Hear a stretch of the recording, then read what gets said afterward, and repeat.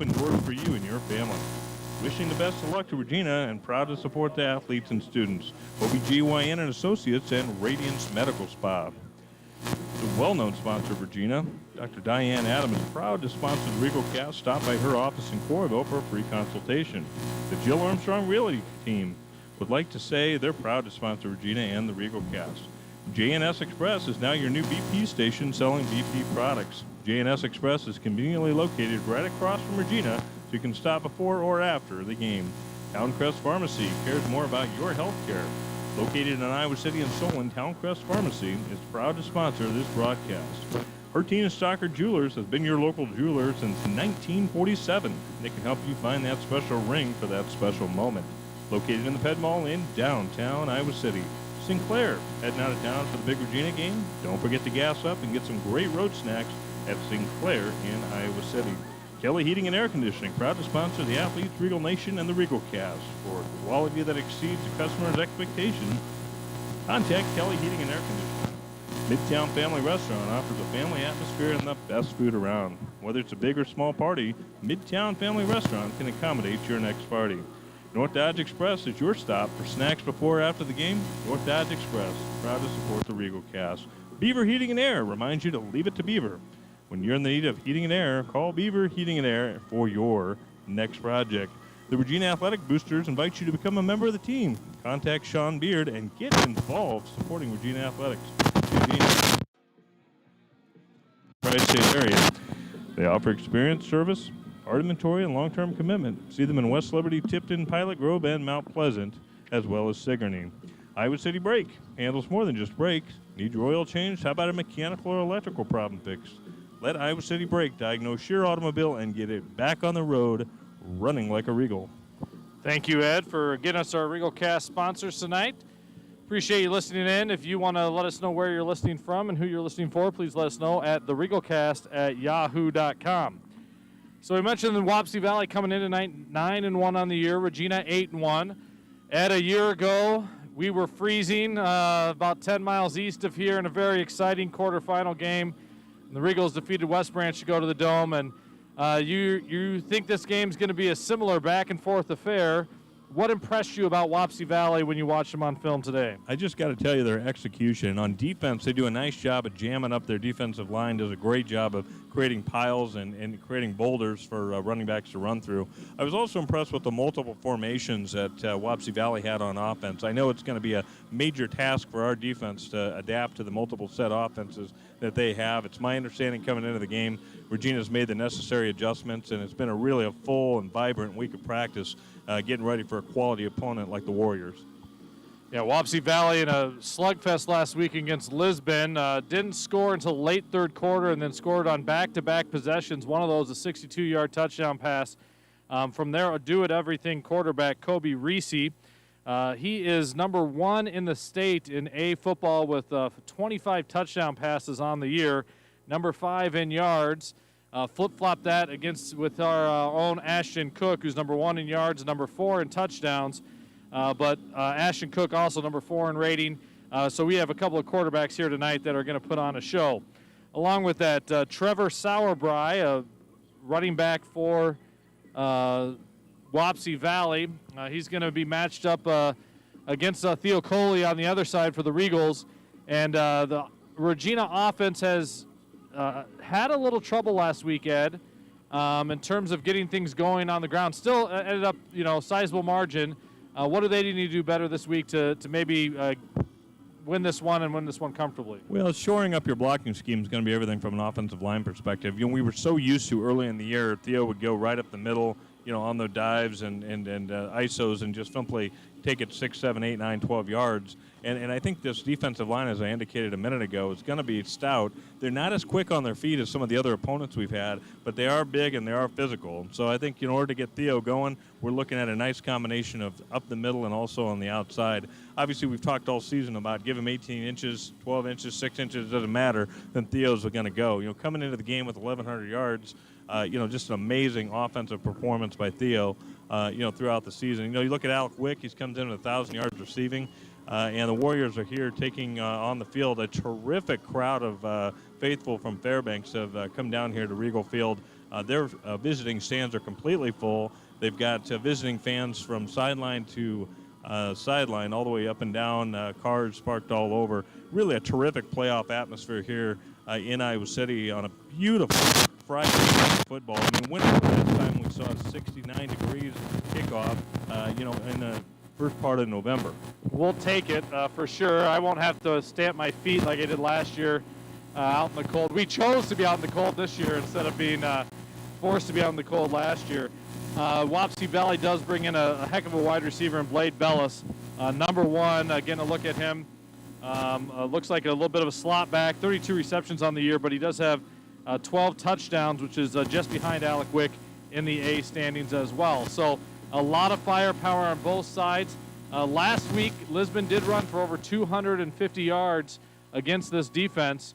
And we'll see Regina with the multi-prong attack, one of the best offenses in all of Class A, is out on the field now, lining up at the goal line as we are getting ready for the presentation of colors by our American Legion members here. Regina and let's see here. We are getting ready for the national anthem. Other games tonight in Class A in the quarterfinals. St. Albert of Council Bluffs is at Logan Magnolia. That's kind of the far west game. The Central Iowa game, Grundy Center has made the trip up to up in Britt, West Hancock Britt. Wapsie Valley Fairbank here at Regina, and MFL Marmac is at St. Ansgar tonight. We'll try to get you scores from those from around the state as our American Legion, 5 American Legion members marching out the flags to midfield. We are going to turn it over to our public address announcer, Jeff Rudolph. They are Dave Crowley, Gary Hammond, Homer Holden, Paul Gordon, and Dean Miller. Please stand at attention to the playing of our national anthem.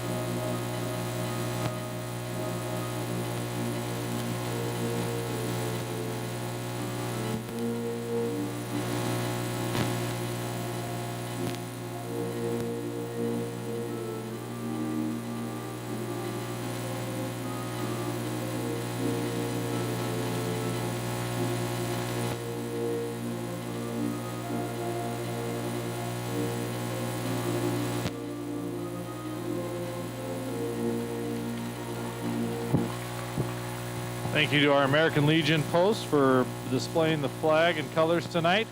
And the Regals are going to gather over in their corner wearing their home Navy uniforms tonight. Wapsie Valley Warriors with gold pants, yellow gold pants, white jerseys with black numbers tonight. And we're ready for some football here. Tim Foley and Ed Wallace going to bring you this quarterfinal action as the winner gets to go to the Dome next Friday. It'll be a 9 a.m. or a 12:30 game up at the Dome. We'll talk about that a little bit more at halftime. Again, want to spotlight a couple other casts tonight. The Comet cast going on tonight. West Liberty versus Comanche, a good River Valley Conference matchup for a chance to go to the Dome between those two teams. I know Mr. Plummer, our principal here, a proud Comanche graduate, cheering for Comanche tonight. We also wish the Comet cast good luck, as the winner of that will represent the River Valley Conference very well. Regals are gathered in the corner. They got their hands together like the swarm. They're ready to go get on the field here as they wait for the entrance music to go. Marv Cook looking to take this team back to the Dome like he did last year. Had a couple of year absence from there and is now ready to, him and Ed Hinkle and Coach Dumont and the rest of the coaching staff ready to go tonight. Nick Wagner will be our captain once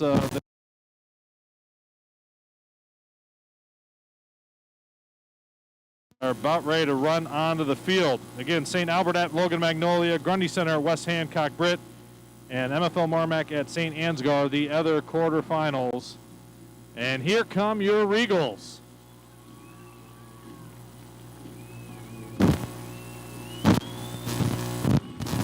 As they sprint onto the field, ready to go tonight, gather up there at the 40-yard line. They look ready and excited for this matchup tonight. Ed, what are some other keys that you haven't maybe mentioned so far? I think everything's turnovers, Tim. I think we're in a scenario where both of these teams are going to be really quality all the way through in this contest. I see this being a four-quarter game. I really do. I also see that, you know, the team that makes fewer turnovers and it really doesn't make those penalty mistakes are going to be, you know, the team that's going to be successful in the end. Again, Wapsie's had tremendous success over the course of this 2020 campaign. I mean, they've had 66-0, 42-0, a whole series of different kind of ball games where they beat up on their opponents and held them scoreless, no less. And so, you know, they come in with a lot of swagger, a lot of weight. In many ways, they do look like that West Branch team from last year, Tim. And I think that that's something you're going to notice right away after kickoff is that they do have a swagger, they do have a confidence, and they do have a willingness to get after it. And so I don't think they're intimidated being here, and they've got an incredible crowd presence. And I just think there's a quality matchup tonight on absolutely gorgeous night here in Iowa City. Yeah, it looks like Regina has won the toss and will receive. Not sure if they won the toss, but they will receive. They'll be going left to right on your computer screen. Kobe Reese, the quarterback, the captain for Wapsie Valley, and Nick Wagner, who was the subject of a feature story last week on the Your Prep Sports website. The injured senior, our captain again for tonight. 1:20 here to go before game time. Tim Foley and Ed Wallace bring you to action. We appreciate you all listening in tonight via the Regal Cast or via the YouTube feed. Appreciate it. If you would like to let us know where you're listening from and who you're listening for, give us an email at theregalcast@yahoo.com. We always appreciate anybody listening in tonight. I know we have a lot of faithful listeners, especially in quarterfinal week. Under a minute to go here before the teams will take the field. You mentioned the turnovers. I looked at it tonight. 14 interceptions this Wapsie Valley team has caused throughout the year. They got one big last week. Their defense came up big. I didn't mention it. Lisbon was driving on the goal line, a big goal line stand to keep Lisbon out of the end zone late in that game to set up this matchup tonight.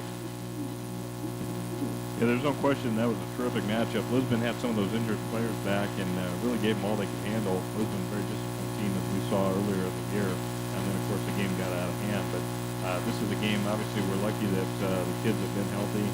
Obviously, given the COVID environment, obviously, given some of the early injuries we had this season. Wapsie Valley the same. They've got a healthy sideline over on the visitor side, lots of athletes, and we're about ready to kick this bad boy off. And number 20, Dallas Wittenberg, has it teed up, and he's ready to go. Back deep for the Regals. It does look like it is Quinlan and Wick back there. Wittenberg's going to run up and kick it. It's a squib kick. It goes to number 4, Jack Tierney, and he wisely just jumps on it at about the 38-yard line. Yeah, key word was wisely. Jack, smart kid, knew exactly what he needed to do on that. Put your body on it, just lay on it, and the play will be over. Good to have him as an upback in a kick return situation. So, Regina will take over here at their 38-yard line. Wapsie Valley comes out in what looks like a 4-2-5 defense. Cook in the backfield with Coley behind him. Spread option here. They give it to Coley. He breaks through to the 40, 45. Up almost close to a first down to the 47-yard line. Yeah, tackled by Tyler Ott, the senior tight end and linebacker for the Warriors. A nice gain by Coley on that play. Big hole on that right side created by Gaffey. And I believe that's Udell on that right side. Cook again behind center, gets it to Coley. He goes left this time, hops through a hole and gets up over just down about the 45 of Wapsie Valley. Yeah, nice juke move by Coley. Kind of slid right through there on the left side. Good block by Shetler. Regina starting with some tempo early, a little bit of no huddle. Sure they have a couple of scripted plays here. 3 receivers to the top of the set, 1 to the bottom. They fake this one to Coley, and Cook takes off the 40, 35. And had he been able to not run over, I think, Blake Chambliss there, might have been able to get more, but kind of ran out of options and gets down to about the 32-yard line. Yeah, Ashton didn't even lower his shoulder. He ran upright and said, I'm going to go as far as I can go. He almost ran right up Blake's back over top of him. So Cook with Coley in the backfield here. Again, they do hand it off. This time Coley goes to the right side. He is met at the line of scrimmage, but does power ahead down to about the 28-yard line. Good strong run there by Theo Coley. Off tackle, tried to bounce it outside, was met by a defensive lineman, but was able to push him forward just a little bit to keep the forward momentum. 2nd and 5, 10:30 to go here in the first quarter. This one is another keeper by Cook. He goes off the right side, gets down to the 20, maybe the 21 before he's swung down there. And that was a designed run play with a trip set. So you had 3 receivers on the left side, and Ashton took it in the shotgun, just simply tucked it and went down the field. Running a quick 2-minute offense here for the Regals, going left to right. Run is what it's been. They get the Wapsie Valley on a hard count. 1st down and 10 will be 1st and 5 as they move this one down to about the 16, 15-yard line. Yeah, I think sophomore Mason Harder, who made the tackle on the last play, went across the neutral zone. Regina, Cook has not done a lot of keepers this year, but he does have that ability. Under 10 minutes here. Cook gives the handoff to Coley, who bounces off one tackle, but then is stacked up by a couple of Wapsie Valley Warriors there. Number 55, Isaiah Morris, in on the tackle. A 225-pound linebacker, we'll see him on offense, too. They have kids that play both ways as well. And it's going to be 2nd down and 4 from the 15-yard line. That was a 1st and 5 from the 16. Marks with the snap, gives it to Coley. Nope, Cook keeps it, goes right up the gut, gets it across for the 1st down inside the 10, and is going to be down to about the 7 or 8-yard line. Yeah, I love the physicality Ashton's coming out with on his runs. I mean, obviously a veteran senior quarterback captain, and he is just flat out saying, I'm going to take as much yardage as I possibly can until you bring me down. Not coming down easy at all, and again, 1st and 10, 1st and goal. The number 2 rated passer in all of A football has not thrown a pass yet. It's been run Coley or run Cook. 1st and goal to go from the 7. Cook takes it. He fakes it to Coley. He goes up the middle, and he is going to get close. No signal. And he's going to be marked down very close to the goal line. I'm going to say the 1 or the half-yard line. Yeah, I think he's maybe at a half-yard line. They couldn't quite decide whether he crossed the goal line or not. Look for another keeper right up the middle here. Good job by the line, Jackson Marks. They're going to move 3 wide receivers, trips out to the left. Coley even with Cook in the backfield. They're going to give this one to Coley. Goes right up the middle for the Regal touchdown. 6-0. No passes. No passes, Tim. You said it best. Again, 6-0. First drive to right down their throat. We're waiting the extra point, but terrific initial offensive series by the Regals on a beautiful night with very little wind. It took 3.5 minutes off the clock, even going with that tempo offense. Good drive, snap, hold, and kick from Wick. And that is up and good, and Regina takes a 7-0 lead here with 8:26 left to go in the first quarter. Yeah, and we'll have to see how Wapsie Valley responds. Obviously, kind of kicked in the face with no passes. I mean, that was right up the middle, right up to left side, right up the right side. Nice job by the Regina offense. And, I have to think Wapsie Valley gets a kickoff and does everything they can to score. It will be interesting to see these personnel sets for Wapsie Valley. I'd heard some rumblings throughout the week that they may have mixed up a little bit of their personnel sets that they've had all season. So they've got a good group of sophomores, a solid group of seniors that are their playmakers, a quarterback, the running back, and a wide receiver. And you'll hear those numbers and you'll hear those names tonight for Wapsie Valley on offense. So defense is going to be the key for the game in many ways for Regina. Regina with the long drive, a 62-yard drive there, all on the ground, using some tempo, running Coley and Cook all the way to the end zone, and an early 7-0 lead here, 8:26 to go in the first quarter. Tim Foley and Ed Wallace bringing you this quarterfinal action. Alec Wick has it teed up, ready to go. And I think that's Sauerbrei back for the Warriors. And he does take it at about the 5-yard line. Gets across the 10, angling towards the 20, slips a tackle, gets through another one, and up and over the 30-yard line. Boy, good shoestring tackle there. I want to say that might have been Santana Miller, and maybe Blake Chambliss on the tackle. Yeah, Chambliss, Gavin, and I believe Miller on the tackle. Nice job by the freshman Miller. Boy, Sauerbrei's got some juice. It looked like he could have taken that to the house without those guys coming up. They did not hang on to that ankle. That could have been a quick score for the Warriors. Reese, the quarterback, he gives it Sauerbrei, tries the right side, nothing there. Big stop on that right side. And not sure who got in there, a host of Regals over there. It'll be 2nd and 10 from the 31. Good sign on the opening play for the Regal defense against this Wapsie Valley offense. Wapsie Valley breaks the huddle. Kind of a stack set here. They kind of have double tight ends on the right side, it looks like. Stacked up over there. 2 running backs. A wide receiver is Blake Bellis. This time they give to Sauerbrei. They're waiting for him. He breaks through 1 tackle and gets up and over the 35-yard line up to about the 37 before he's brought down. It'll be about 3rd and 4.5. Yes, nice job by Sauerbrei. You know, here on this 3rd down, look for some type of screen play as they look to acquire the 1st down. Again, that double tight end set is something we haven't seen a lot of all season. Yeah, went to the weak side there, did they, with Sauerbrei. And now Blake Bellis is their leading receiver in the slot there. Number 1, Sauerbrei in the backfield. Reese is going to pass. They're going to run a little out pattern. Blake Bellis makes the catch, but then is marked down, but they are going to give him enough. He just got enough for 1st down at the 42-yard line. Yeah, nice catch by number 1, the receiver. You're going to hear his name, Blade Bellis. You're going to hear that over and over again tonight. You know, coming into the game, he's a terrific stats. I think it's kind of interesting. We've got such a quality quarterback, running back, and receiver, and they have such a quality quarterback, running back, and receiver. And again, I think all 6 of those kids are on both teams are seniors.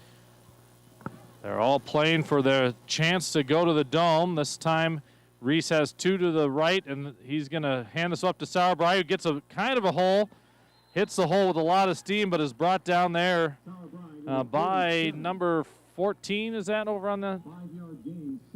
No, that was number 34, Blake Chambliss. Yeah, Chambliss has played a lot here the last couple of weeks. He's playing more. We've seen Gavin kind of in and out, but Chambliss, I think, has won that linebacker position, that outside linebacker position, at least through the last couple of weeks. Poynton was also in on the play. Good to see him there. 5-yard gain there for the Warriors.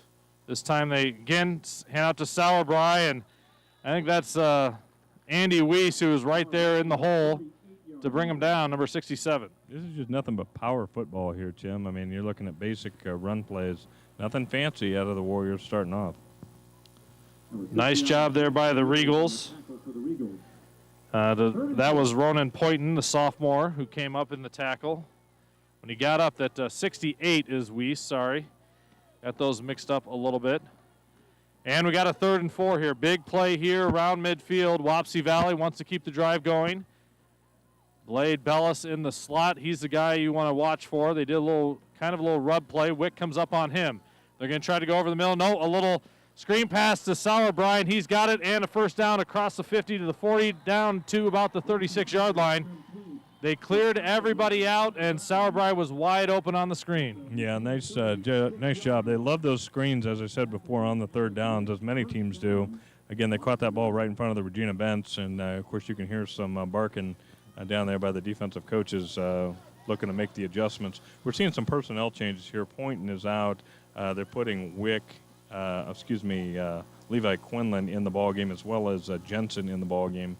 They're going to spread out for those receivers on the right side. Reese now has 3 receivers tripped to the top, 1 to the bottom of the formation. That's Bellis. They're going to give it to Sauerbrei, who is stopped right at the line of scrimmage. Good penetration there by the Regals. They were saying the ball was down, but no. They're saying he was down. There's some confusion. The refs and the Regina players talking about it. Ball must have come out. Yeah, the ball must have come out, and the Regina defensive line is screaming that they recovered it. Aitchison, specifically number 21, got on that. Again, the ground can't cause a fumble, and I think that might have been the call. I did not see it come out. We were blocked from everybody on the play. The ball will be at the 35-yard line, 2nd and 9. Wapsie Valley has responded with a pretty good drive here to open up their half of the first quarter. 4:30 to go, 7-0 Regina leads. 3 receivers to the top, 1 to the bottom of the formation. Wick has him. They missed a false start there. Long pass down the right sideline. Good defense, but they're going to throw the flag on Carson Jensen. They're going to get pass interference. Not sure if they're going to call that face guarding or not. I didn't know. I thought that was actually legal in high school. Yeah, that Jensen's talking to the official, looking for some talking points here, and that's not helping. Again, pass interference on defense, number 40, Jensen. Nicely thrown ball by the Warriors. And was that to number 1, Bellis? Nope, they used Bellis down here in the bottom of the formation as a little bit of a decoy. It'll be first down at the 20-yard line here for Wapsie Valley. I believe that might have been Sauerbrei out on the top there. They run him out as a wide receiver as well, along with Tyler Ott. And there was another 20 out there I saw. And number 2, I had him marked down tonight too, Jordan Rubner. Reese has 2 to the top of the formation, and Sauerbrei in the middle, and he goes right to the middle. He's going to have an opening on the left side, the 10, the 5, and he goes to the corner for a Wapsie Valley touchdown. Good run there by the senior running back, and a touchdown for Wapsie Valley. Yeah, nice job by the Wapsie line on a pulling guard, hit one of our guys, and then the tight end did a nice seal block. Mason Harder, sophomore tight end, number 81 for the Warriors. And again, that just gave Sauerbrei everything he needed to get into the end zone. Well executed play by the Warriors. Number 20, this is Wittenberg for the extra point. The snap, the hold, the kick, and that is good. So we are tied here early, 7-7, with 4:07 to go in the first. Yeah, that's an incredible drive right down. So, Regina drives right down. Wapsie drives right down. Both of them score on the first possession. We're in for a terrific quarterfinal here, Tim. Again, the crowd continues to grow on a gorgeous night here in Iowa City. The wind is very minimal. We're starting to see the students fill in. We've got lots of parents that are socially distanced. Again, the Wapsie crowd, they're full over in the corner, and they're full over in their stands. We've seen people lined up by the baseball field, and, of course, kids on the hill everywhere like you normally see in any ball game here at Regal Field. So should be something else as Regina gets the ball back, 7-7, 4:07 left to go first quarter. 4:07 left to go in the first quarter. Regina and Wapsie Valley tied 7-7. Both teams good, long, sustaining drives there. Both end up taking just over Regina 3.5 minutes on their drive. Wapsie Valley takes 4.5 minutes off the clock on their drive as a little bit of a mandatory timeout here halfway through the quarter for Regina and Wapsie Valley. Again, we are looking for scores tonight. Want to thank Danny Davis and all the people back, the producers back in the Sportscast Media headquarters down in Minneapolis, keeping us live and over the internet tonight. I believe we're joined on air by the Comet Cast, West Liberty versus Comanche in Class 2A football. In Class A, St. Albert's is playing against Logan Magnolia on the west side of the state. Grundy Center at West Hancock of Britt up north, and MFL Marmac and St. Ansgar also playing right on the Minnesota border there. North of here, St. Ansgar, the hometown of one Matt Rogers. Matt Sherman. Or Matt Sherman, sorry, not Matt Rogers, Matt Sherman. My mistake there. And Wittenberg is ready to tee it up here for the Warriors, and he's ready to kick it off to the Regals. With a 7-7 game here, 4:07 to go in the first quarter. Again, you can let us know where you're listening from and who you're listening for at theregalcast@yahoo.com. And this is another sidewinder kick. It is picked up at about the 25 and brought over across the 35 by number 5, Trent Gerard. Yeah, you don't see Trent Gerard get the ball very often. Nice job by the youngster grabbing it and providing the return. All of his teammates giving him a lot of love on the sideline there. So Regina will start again with pretty good field position. Last time the 38, this time the 37. And we'll see if Regina throws a pass this time. Last time a run with Cook and Coley. Split wide receivers on both sides. They run Cook across the way. They're going to give it to Coley on the dive, and he goes straight ahead for about 6 or 7 yards. Yeah, nice form tackle by the upcoming backer, number 84. Again, a lot of these kids are about the same size on Wapsie's team. You got a couple big defensive linemen. I'm looking for a couple I don't see. I'm interested they put there. They almost get a Wapsie Valley guy to jump again. He did not come across. Cook in the backfield with Coley behind him. 2nd and about 4. This time they toss it over, and this is popped up in the air off of a Regina hands and intercepted by number 5 of Wapsie Valley. That's Holton Robinson, a junior, comes up with the interception off of, I believe that was Quinlan's hands, just couldn't quite pull it in. Popped it up, and that's the first big turnover. Yeah, and we talked about that at the beginning of the broadcast. Turnovers are going to mean a lot. Again, they're going to go right to left now, 1st and 10, Wapsie Valley. Obviously, it just kind of went through his arms, and he popped up like a volleyball, and next thing you know, the Warriors have it 1st and 10. Defense seems to buckle up here and find themselves defending. First big break goes to Wapsie Valley. Blade Bellis comes in. He's on the bottom half of the formation. Reese, the quarterback, with Sauerbry behind him. They are going to give it to Sauerbry. He tries to stretch this one out to the right. He's going to get the corner. Around down past the 30 down to about the 25-yard line. Big first gain on the sweep by Sauerbry. Yeah, you know, Blake Chambliss had a really nice pursuit angle on that one, but Sauerbry's speed around the edge was a little too much for Chambliss. I see Chambliss coming out. That timeout on the field. I believe that's a timeout by Regina. Coach Dumont wants the defense to do a little bit better here. He's got the board out there. Yeah, so a big sweep, a big turn of events here. We got the turnover, and then the big run on 1st down. Good job by the Regina coaches here. Maybe calm everybody down. Let's get everybody on the same page. I think you're right, Tim. And they've talked all week about how difficult it's going to be to attack this offense. The coaches at Wapsie do a nice job of moving around offensive sets. They've got 3 distinct weapons, much like Regina does, and now we just have to make the adjustments. There's no staff in the state that makes the adjustments either at a timeout or at halftime the way the Regina coaches do with the experience that they have. And obviously you're seeing Dumont just jamming on that board really hard with his ink marker, trying to get them to understand. Obviously, you need to have contain, but you also need to make sure that you're lining up properly to defend the guys that are on your assignment. So, you know, you can see that officials are kind of letting the Regina people know, hey, we gotta move this huddle out and start this game again. Regina, again, game tied here, 7-7, 3:14 to go. Both teams took their opening drives about 60 yards each into the end zone. And then Wapsie Valley with the first big break in the game, a turnover 1 play ago on the interception, 2 plays ago on the interception. Then a big 16-yard run there by Sauerbry sets up 1st and 10 from the Regina 26-yard line.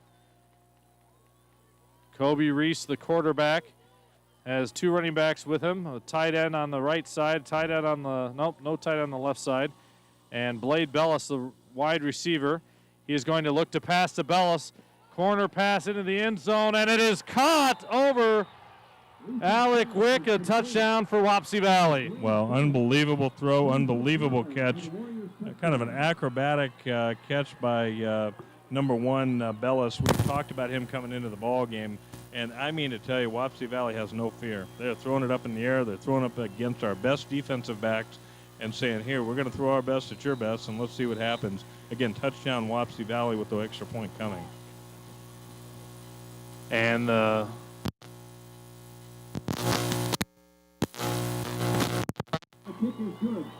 And it is 14-7, Wapsie Valley with the lead here with 3:08 to go in the first quarter. I got to tell you, Tim, this is the type of ball game that just gets the juices flowing. I mean, there's no question about it. This is the kind of ball game in a playoff atmosphere.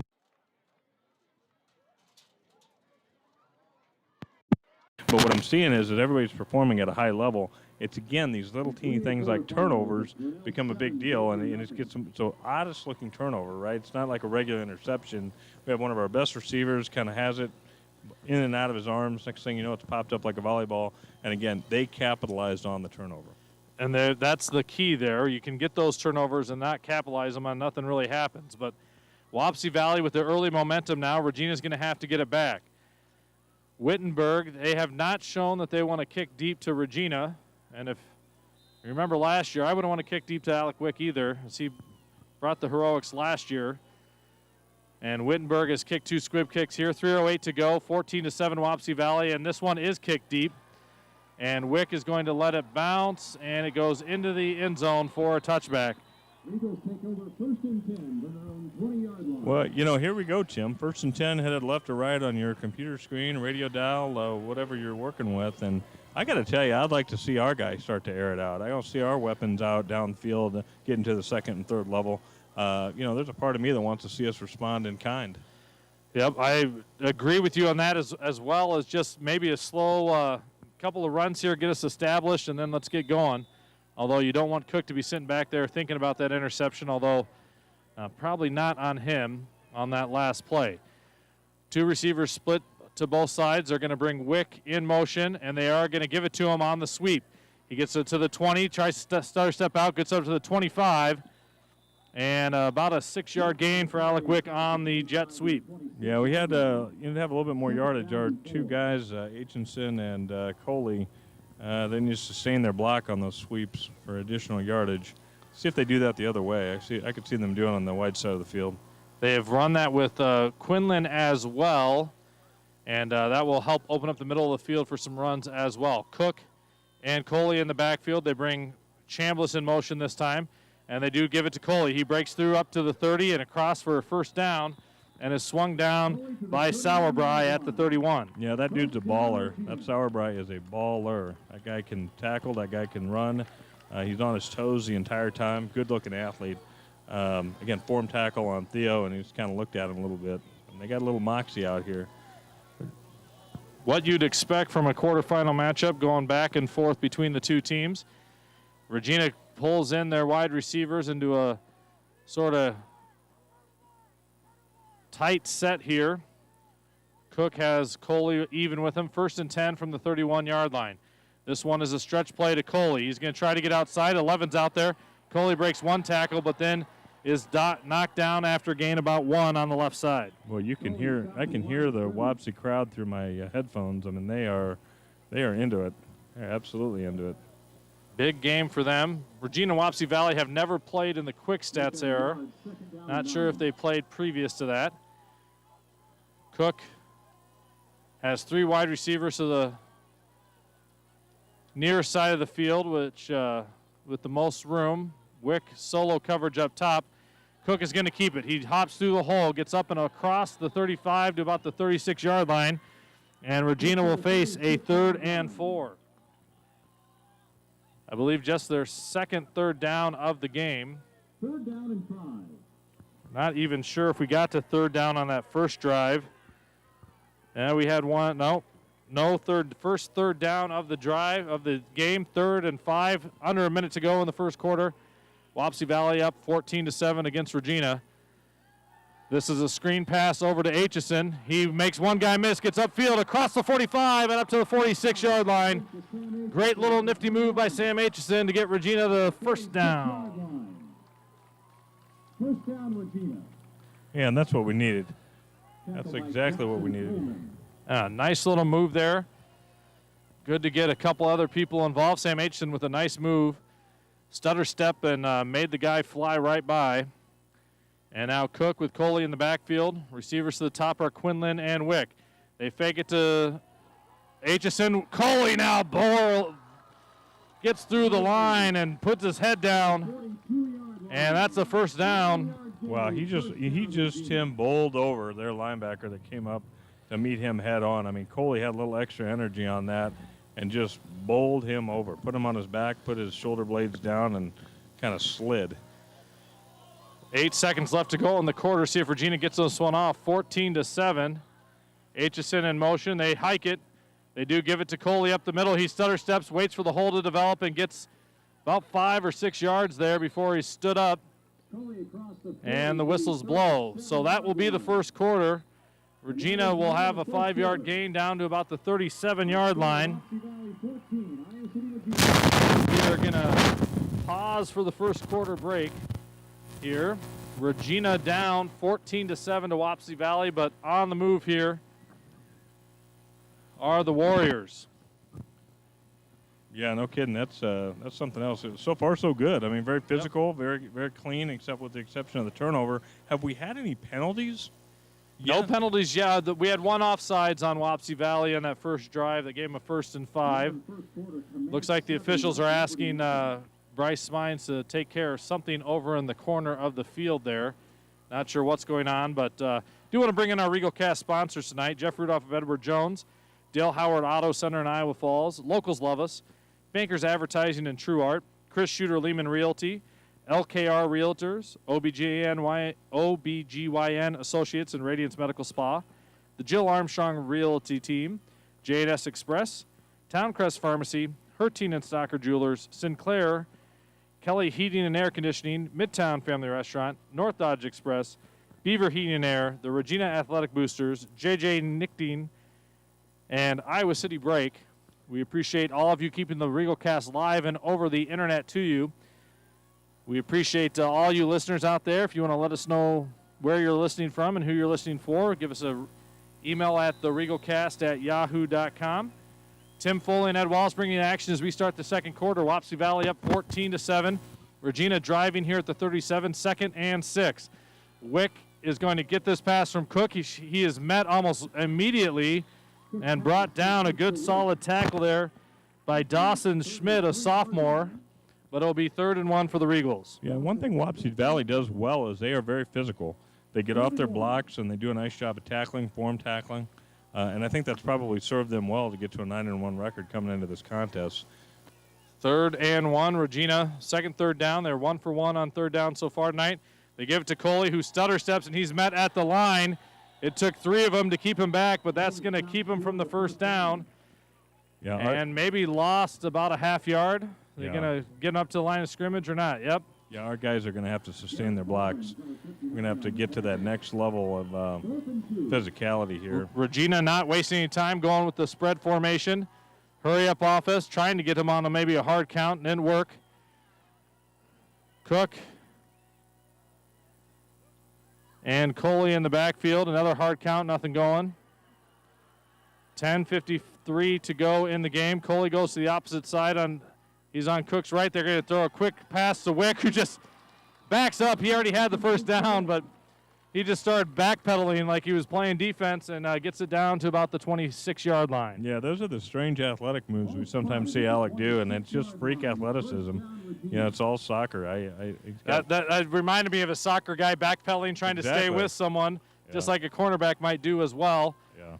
But he sensed where the defender was and figured, why not just back into him? This time they hand it off to Coley right up the middle. Breaks one tackle. Across 20, 15, 10, 5. Breaks another tackle. And down to about the 4-yard line. Big run by Theo Coley. Yeah, nice job, Theo, being physical. Nice job of breaking tacklers and putting his thigh pads up to his chest and just running like we've run all year. And that's a very impressive run. And, again, that puts Wapsie Valley back into their own end zone. I think when you see Theo, you think, oh, he can't be that hard to bring down, but those legs are powerful. He's got some speed and some power, and this time it's going to be a keeper by Cook. He shakes off one tackle, gets up there, they flip him around, and they give him a couple extra yards by flipping him around down to about the 2.5-yard line. Yeah, he's on the 3-yard. They're going to place that on the 3-yard line. On the 3. Middle hash. And, boy, I would love to see a misdirection play here with Flo going one way and then a kind of a boot or something else on the other side. Again, Wapsie Valley up 14-7.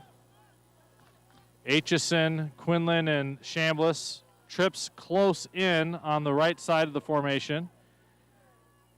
Coley and Cook in the backfield. Wick all alone, single coverage on the bottom half of the formation there. Cook takes it, gives it to Coley, who slices through and in for another touchdown. Theo Coley up and through. Regina within one. Yeah, nice job, Theo. Well, hats off to him on this series, and again, getting a lot of love on the sideline from his teammates. Good blocking by the offensive line. 3 plays ago, I'm sitting there talking about their physicality, and again, the closer they sniff the end zone, the more physical they become. Great job. Cook to hold, Marks to snap. Marks snap, Cook holds, and Wick kicks it. And that's up and good, and it's 14-14 here with 9:14 to go in the second quarter. That Theo Coley touchdown run sets a new single-season record in Regina football history for touchdowns in a year. I believe that is his 27th touchdown this year. So congrats to Theo Coley on getting that and tying the game up here in the second quarter. Yeah, nice job, Theo. Nice job, offensive line. Especially, you love it when kids in playoff situations smell that end zone, and our offensive line definitely did that. Sustained their blocks, did a nice job of keeping on their assignment and getting our guy into the end zone. And let's see how Wapsie Valley responds. Again, terrific atmosphere out here. Kids all over the place. We've got people spread out on picnic blankets across the grass on both sides of the light poles. We've got the Pancheros deck full of folks who are socially distanced. We've also got a concession stand with all types of goodies, and really appreciate this atmosphere tonight. Great way to end the home season, regardless of outcome. Just a terrific night here in Iowa City. No score yet from the Comet Cast over. I believe they're at Comanche tonight. Don't have Danny and those in the Sportscast meeting. If you can get us a playoff scores, we'd appreciate that at some point as well. No updates yet there. But we got a heck of a game going on here. 14-14, 9:14 to go here in the second quarter. Regina ready to kick off here. They need a defensive stop. It'd be great to get a defensive stop on this drive, Ed, and then be able to get another score before halftime. Wick looking to kick this one deep, and does kick it. It'll go down to about the 10. Sauerbrei picks it up at the 9. He's going to go to the left, finds some area, but then slips down and is going to be marked down at the 24-yard line. All right, here we go. Let's go defense. Regal defense. One thing I'm reminded of, this is not a simulcast. We welcome all of our friends from Wapsie Valley who are listening to the broadcast. I know there's a host of radio stations here tonight for this playoff action, but thanks so much for listeners and viewers of the YouTube and listeners of the Regal Cast for being with us tonight. We really appreciate it. And 14-14, 9:08 to go here, second quarter. Tim Foley, Ed Wallace, excited to bring you this action tonight. Reese, the quarterback, he's going to hand out to Sauerbrei. He goes right side, avoids a lunging attempt, and is brought down by Chambliss and Tierney in the Regina defensive backfield. 9-yard run for Sauerbrei. Yeah, nice run by the number 24. And again, with 9 minutes left to go or 8 minutes left to go in the second quarter, you're going to continue to hear that Sauerbrei name. He's going to give you everything he's got tonight. He's going to empty his tank. Yeah, had about 24, 25 carries last week, I think. Their playmakers have come tonight. Sauerbrei with a touchdown. Blade Bellis with a touchdown on a pass from Kobe Reese. And this time it's Reese in the backfield. You guys got Sauerbrei behind him. Blade Bellis out to the left of the formation. He just turns and hands off to Sauerbrei, who powers ahead for the first down and up and over to about the 33-yard line. Sauerbrei is a decent-sized kid, but man, he gets to the second level fast. He gets that ball, has a nice burst, and then he powers his way to the second level. And our linebackers, you can hear the defensive coach barking at him. Linebackers have to get up there quicker to get that in. Again, linebackers have done a decent job so far, but you don't want him to continue to get to second level. Both lines have been able to create holes. And Regina, again, 7:48 to go here in the second quarter. Timeout here by Wapsie Valley. They had some confusion on where they were lining up, and the clock was running down. It might be a blessing in disguise. A little timeout for the Regal defense. Chance for them to make it appear at 1st and 10. Ball at the 38. Wapsie Valley how we got here so far. Regina, with a drive of Cook and Coley runs, went all the way down their first drive, and a 1-yard TD run by Theo Coley gave Regina a 7-0 lead. Wapsie Valley came back with a 9-play drive where Sauerbrei with a 20-yard TD run with 4:07 left to go in the first quarter. Regina on the next possession on their second play, an interception by number 5 of Wapsie Valley. 2 plays later, Wapsie Valley, a nice 26-yard pass into the corner of the end zone from Reese to Bellis, made it 14-7 Wapsie Valley. Regina, moments ago, tied this game up on a Theo Coley TD run with 9:14 in the second quarter, and that's where we are now. Wapsie Valley with their first down on this drive, 1st and 10 from the 38, 7:46 to go in the second quarter. I got to tell you, Mr. Foley, I think half of our student body are in shorts here on a November night watching football. It's tropical night. They decided that yesterday. They had the day off today, parent-teacher conferences, so I'm surprised all of them are here after the parent-teacher conferences. A dive up the middle here by Sauerbrei. I say that in jest, everybody. As virtual conferences must have gone well for our student body. 4-yard run there by Sauerbrei up to the 41-yard line. It'll be 3rd and 6. Yeah, nice job spinning that, Mr. Foley. I got to tell you, you had that pretty good. Well, we appreciate all of our students and families here at Regina. We've had a great start to this year. Got to the parent-teacher conferences, and I think we had some happy parents and teachers with how those went this week. So Kobe Reese, the quarterback, he's going to take the snap here. He's going to look to pass. He's going to pass out in the flat to Blade Bellis, who makes the catch, but as he's trying to turn and go upfield, slips and falls down. It'll be 3rd and about 1.5. Yeah, he doesn't fall, and that's a first down. I don't know if he got his cleats caught or what. He just fell flat on his face, and he's a good athlete. He was a playmaker to win the game last week against Lisbon. Keep an eye on that name. 14-14. Time for the defensive line to stiffen up here. Linebackers to hit the hole. I'm guessing this is going Sauerbrei's way. Regina flips a couple of defenders around. They're going to go to the right side. He's going to try to bounce it outside. Is hit by a bunch of Regals. This is going to be close. Where they mark him is going to be big here. And they might have to measure this one. They are going to measure this one. That's going to be close. Right at the marker here. Yeah, then hats off to the Regina chain gang. You got James Lucina, you got Robert Gaffey, you got John Crane, and Leo Fernandez. Best in the business, best in Eastern Iowa. Again, best chain gang. We got Leo Fernandez and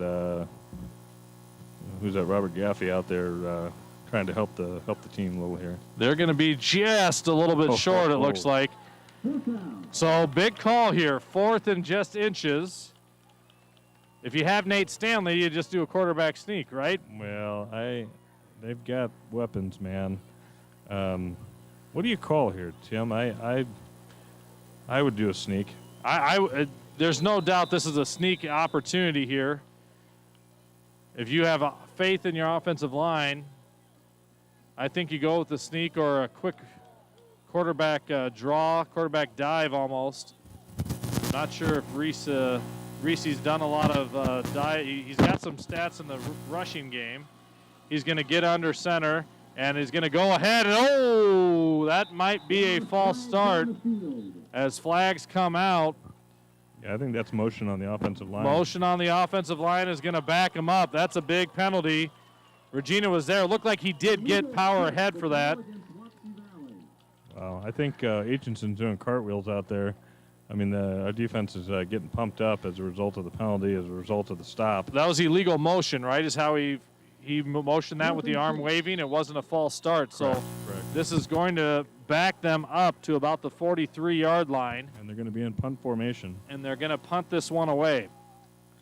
So a penalty ends up going against Wapsie Valley, and Regina's going to get it back with 5:30 to go in the second quarter, and a chance. Looks like Tierney is back. Maybe they're planning on a fake here just to make sure. This is going to be punted. It's a high punt up and over the lights by number 23. It bounces at about the 29, bounces to the 25, and is down right there at the 24 as it bounced up into a Wapsie Valley player's arm. So Yeah. Regina will take over at the 24 with 5:10 to go here in the second quarter. Yeah, good job out of sophomore Jack Tiffany making a good decision on that. Long hang time punt. Getting away from it, pointing at it, telling his buddies where it's going. That's good fundamental, well-coached football. A little bit of a break here in the action. No score so far coming across tonight. And we do have an email from Teresa and Chris Suckamel. Last played Wapsie Valley in 2013. Thank you for that. It was not on the... we appreciate that. And a quick hi, Shelley, from Teresa Suckamel. I'm assuming Shelley Conlon. Appreciate that. He was in Chris's store, played against sports today, looking for a bike attachment. We appreciate their support of the Regal Cats.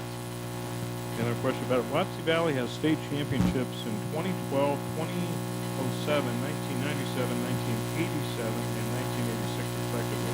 You know, proud football program from Northeast Iowa. Obviously, they came to play tonight, 14-14, 5 minutes left to go, second quarter. We are in a ball game, ladies and gentlemen. And appreciate everybody listening tonight. Gorgeous night. Those of you who can't be here, you're missing a terrific one. But at the same time, you're with us on the YouTube or you're with us on the Regal Cast, so we'll take you all the way home. We appreciate you listening tonight.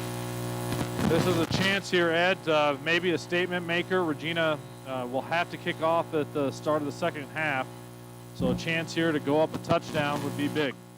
We got to air it out, Jim. I mean, we got to get the ball to our playmakers. We're conservative so far in the ball game, and that's okay. But I need to see Cook air the ball out. We got triple sets on the left side here. Triple sets on the near side of the field. This is going to be Cook running up the gut, and he is going to get about. He's going to keep going. They haven't blown the whistle dead yet. He gets up and over for about a 12-yard gain and a first down for Ashton Cook. Yeah, that was all effort out of Ashton. I mean, that is where all that weight work and gaining weight and doing all the things he's done over the past summer really helps out. It took about 4 dudes to try to bring him down. He's a man on a mission here in the quarterfinals. I agree with you, Ed. It would be nice to see some passes here, but they have not shown that they can stop the run. They gave up 250 yards to Lisbon last week. Regina must have seen that on tape and thought, let's see what we can do with the running game, Coley and Cook. They're bringing in the wide receivers into a spread tight formation. Wick, Quinlan, and this is a pass. This is going to be a screen pass to Coley, and he's got one block too, and he just hits the hole.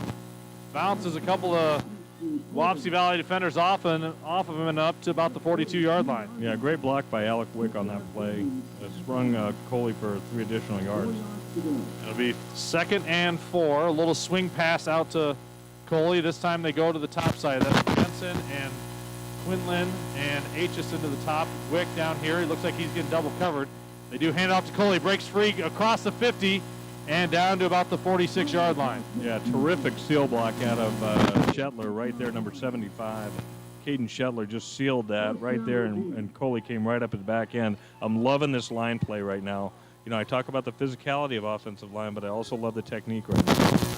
Good job by the Regals. They've gone to the running game, and it has worked for them. 3:44 to go here. 1st and 10 from the 46. This time a swing pass out to Aitchison. He breaks free, and another 10-yard gain, and a flag comes in late. We'll see. That could be a hold on the wide receivers out there blocking for Aitchison. Be a man downfield. Right? No, I think it was a late flag. They're going to call holding on Regina at about the 41-yard line. Wide receiver must have gotten a hold of the jersey there. So 10-yard gain is going to turn into a legal block. Below the belt. Maybe a block in the back there. Defender got turned around and we kept pushing him. 14. So this is going to be first down still at the 49. So back over midfield, first down and 15 here for the Regals. First penalty on the Regals tonight. Trips to the top, Wick to the bottom. They hand off to Coley. He gets hit in the backfield, gets off 1. Keeps falling ahead and gets about 6 yards back on first down. It'll be 2nd and 9 from about the 45-yard line. Good run there by Coley.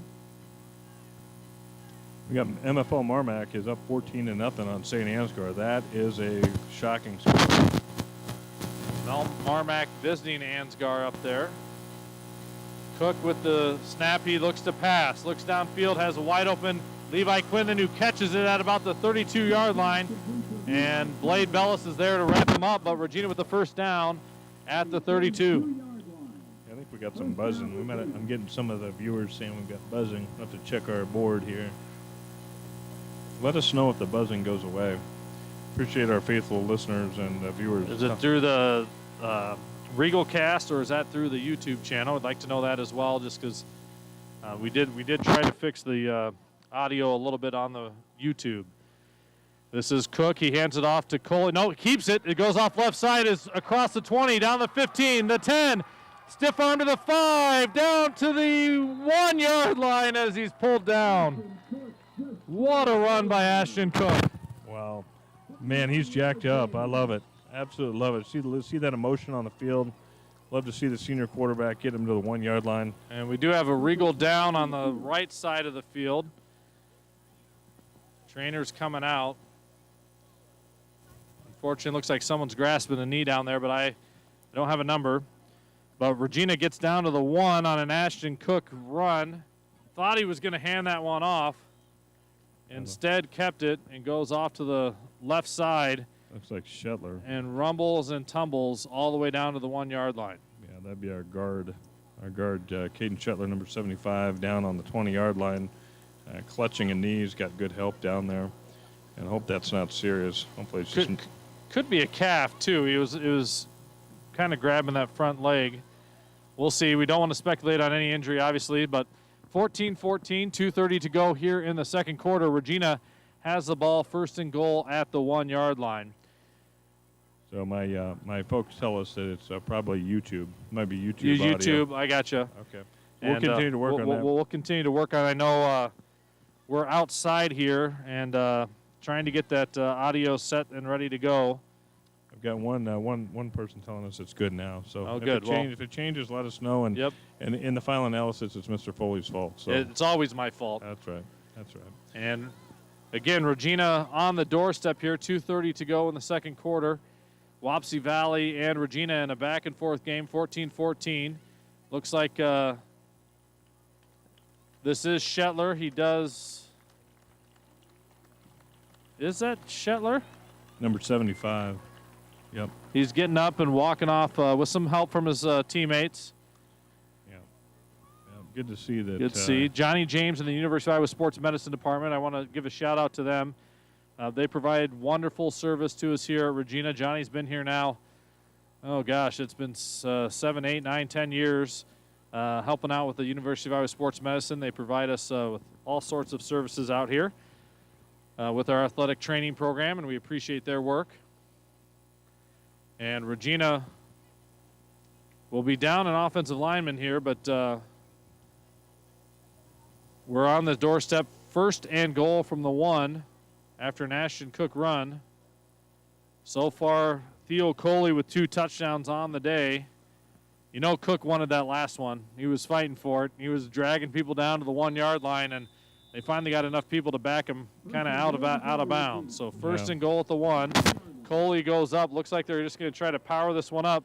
And Cook is going to go follow his line, and Coley up and in for the Regal touchdown. Yeah, nice job at Ashton. I mean, Ashton took over that series, taking over the ball game in a way. I mean, that's a big run there by Ashton Cook, 1-yard TD run.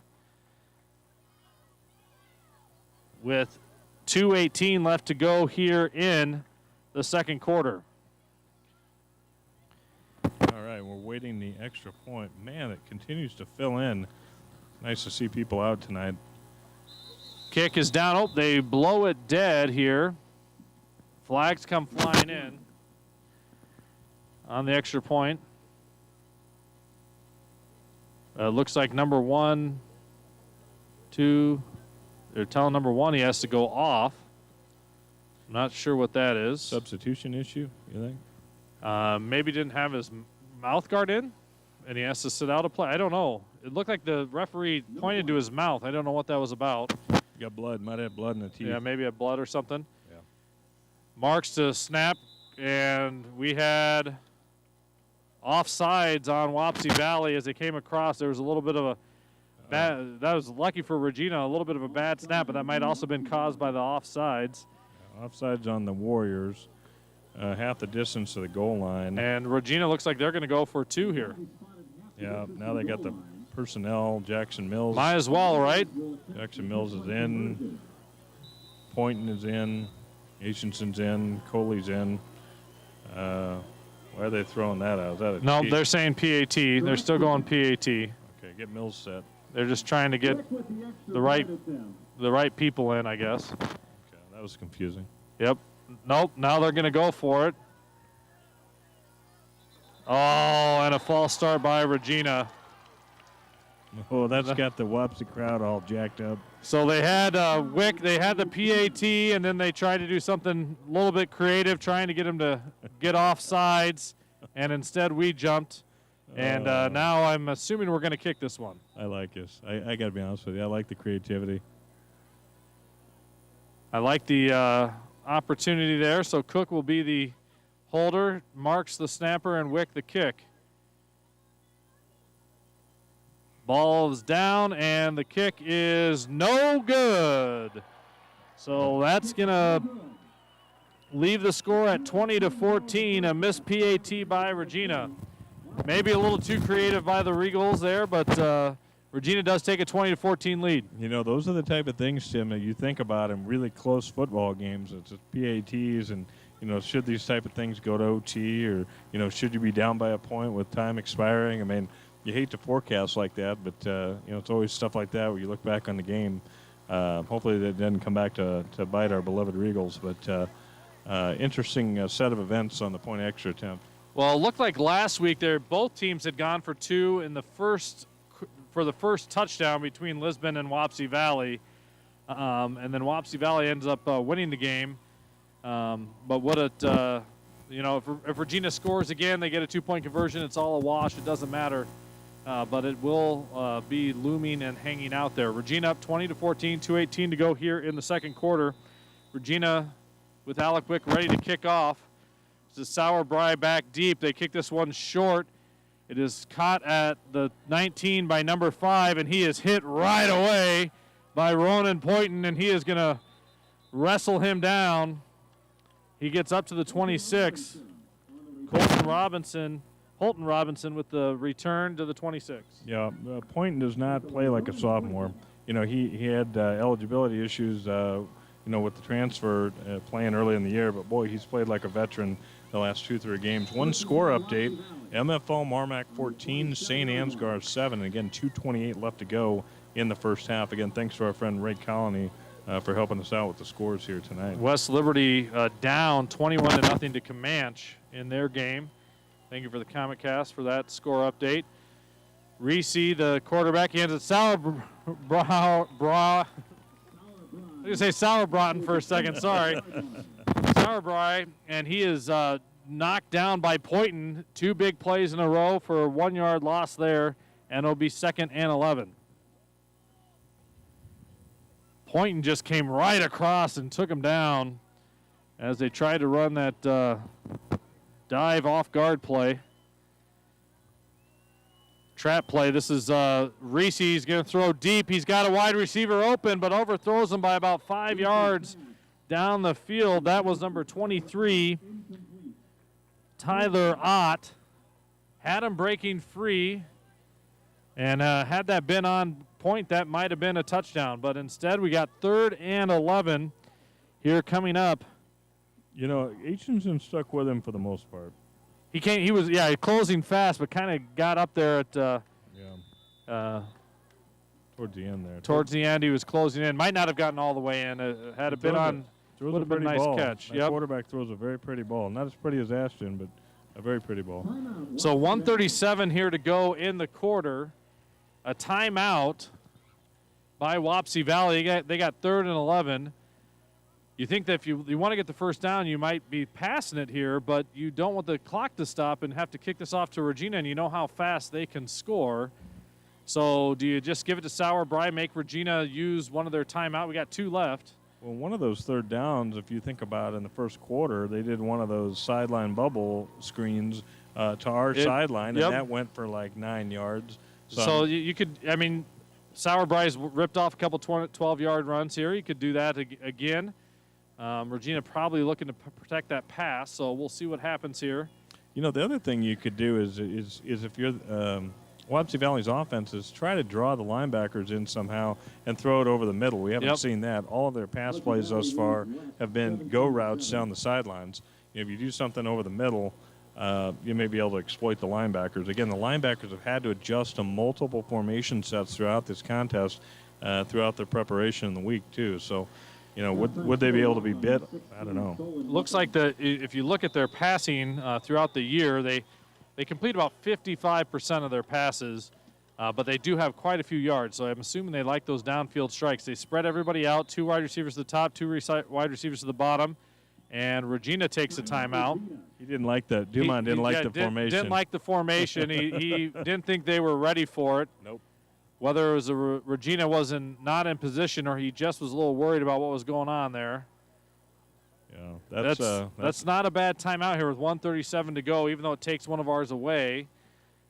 If we can get the ball back here with over a minute to go and good field position, it would be nice for our offense to get another score. Yeah, I am watching Mark Mitchell down there giving confidence to some of our young linebackers and DBs and telling them, hey, you got this, guys. Regardless of what they come out in, we've prepared. You can see Mitchell down there giving all kinds of love. Jackson Mills, nope, I thought he was going to check in. He's going to stay on the sideline, and our regular defense is going to be in.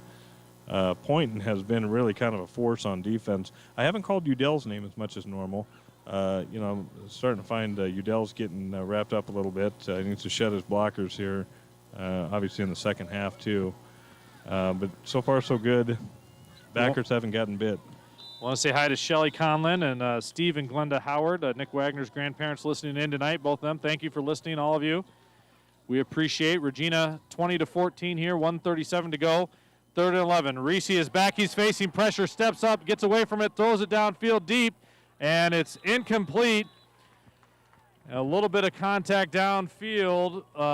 At the same time, it was both players going for the ball, no call.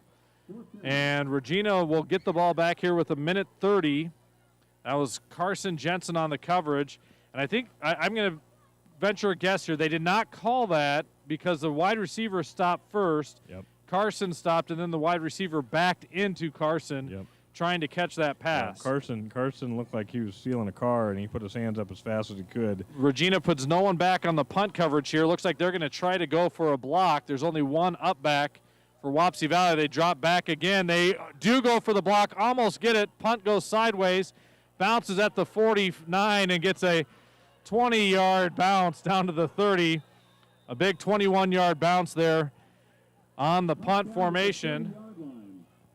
And it is going to be Regina ball. Yeah, the one thing I will say about this game is that you're seeing a lot of emotion on both sides, in something you don't see during the regular season. You know, just an observation as we're a minute to go before halftime. Kids are chirping a little bit on both sides. They're talking to each other. The coaches are talking to the kids. But it's got a little extra energy to it, and you love to see that just in the sense that they're competing and all the kids are competing.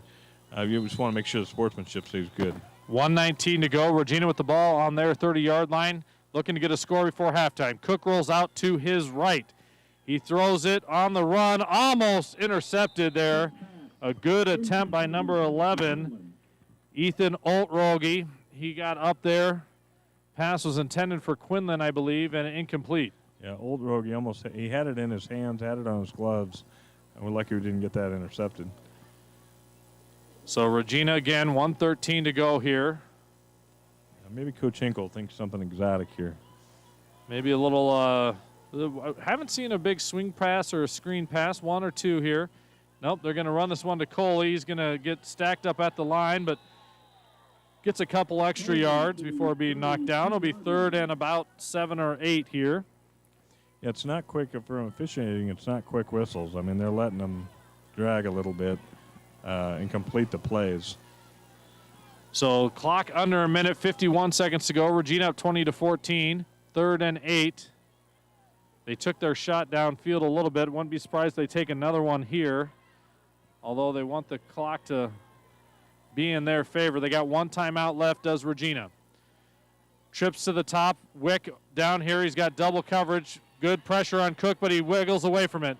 Off to the side, throws it up to Wick, and he makes the catch at the 45-yard line, then steps out of bounds with 25 seconds to go here. Man, that was a backyard recess play. I mean, that was literally just him looking for Wick. Wick looking back at Ashton and throwing the ball right where he needed to. Look, they had him on a post originally. Good recognition by Wick to see that Cook was facing pressure, had to escape out to his left, and throws a nice ball. Wick makes the catch, and now 1st and 10 from the 45 with 25 seconds to go here. One timeout for the Regals. They fake the screen, then they give it to Coley underneath. There's a flag. It's going to be illegal man downfield, I bet. 76. Or a hold. Coley did get the first down to the 33. I think it's man downfield. They're going to call man, illegal man downfield. Late developing play. An eligible receiver, so that will be, is that a 5-yard, 10-yard? From the 45, it's going to mark him back to the 50. Yeah, and Andrew Weiss. Yep. And it'll be 1st down and 15 from the 50 with 13 seconds. The clock should not have, timeout by Regina. Yeah, good call. Good call. That should have been the running clock because of the, on a penalty it doesn't stop? Yeah. Nope, it would roll again, right? It would roll again. Because they had the first down and were continuing. So yeah, Marv saw that right away and jumped out and said, "Hey, timeout," that type of thing. I feel bad for Weiss. Weiss had a beautiful block on that play, but just happened to be downfield, and that sometimes happens. As well as you draw it up, sometimes on those screens that happens. But what do you call here, Tim? I mean, you take 4 guys and throw them downfield and shoot for the moon, or what are you thinking? no timeouts, so maybe a quick out to get you 10 yards, and then you take a shot at the end zone, so the time will expire. I think if you get 10 more yards, you got a better shot to maybe get someone open in the end zone. So, you never know. The wide receiver falling down, a pass interference downfield as well. But Cook is accurate enough, and they have enough wide receivers to try to get that little 10-yard out to the sideline. We'll see. I wouldn't mind a little shot to the end zone, too. We haven't seen a diamond formation this year very much. They've run that in the past on that right side. And this is Chambliss to the bottom, Wick all the way out to the top, and Quinlan in the slot. They pull Aitchison in, and they're going to roll to the right. Cook is going to turn, and he's going to fire it, and incomplete. So 7 seconds to go. They did have receivers downfield. It looked like there were about 4 wide receivers around Quinlan and Wick down there. It's one school of thought might just be to down it. You could down it here, 20-14. You're leading. You are kicking off at the second half. Yep. You don't want to throw something up and have it go crazy and have someone have a wide. If Cook's going to throw it deep, he's got to be ready in case it's coming back towards him. Yeah. But at the same time, you got Alec Wick out there. You got Quinlan. You got a couple of speedsters. You could throw a screen to Coley. He's scored from 50 yards out many a times this year. Yeah. Trips to the top. Wick is at the top of it. Chambliss are going to roll to the right again. Wick, Cook throws it deep, and it overshoots Wick. 1:15 to go here. Incomplete. 3rd and 15 now from the 50. Yeah, 1.5 seconds left to go before half.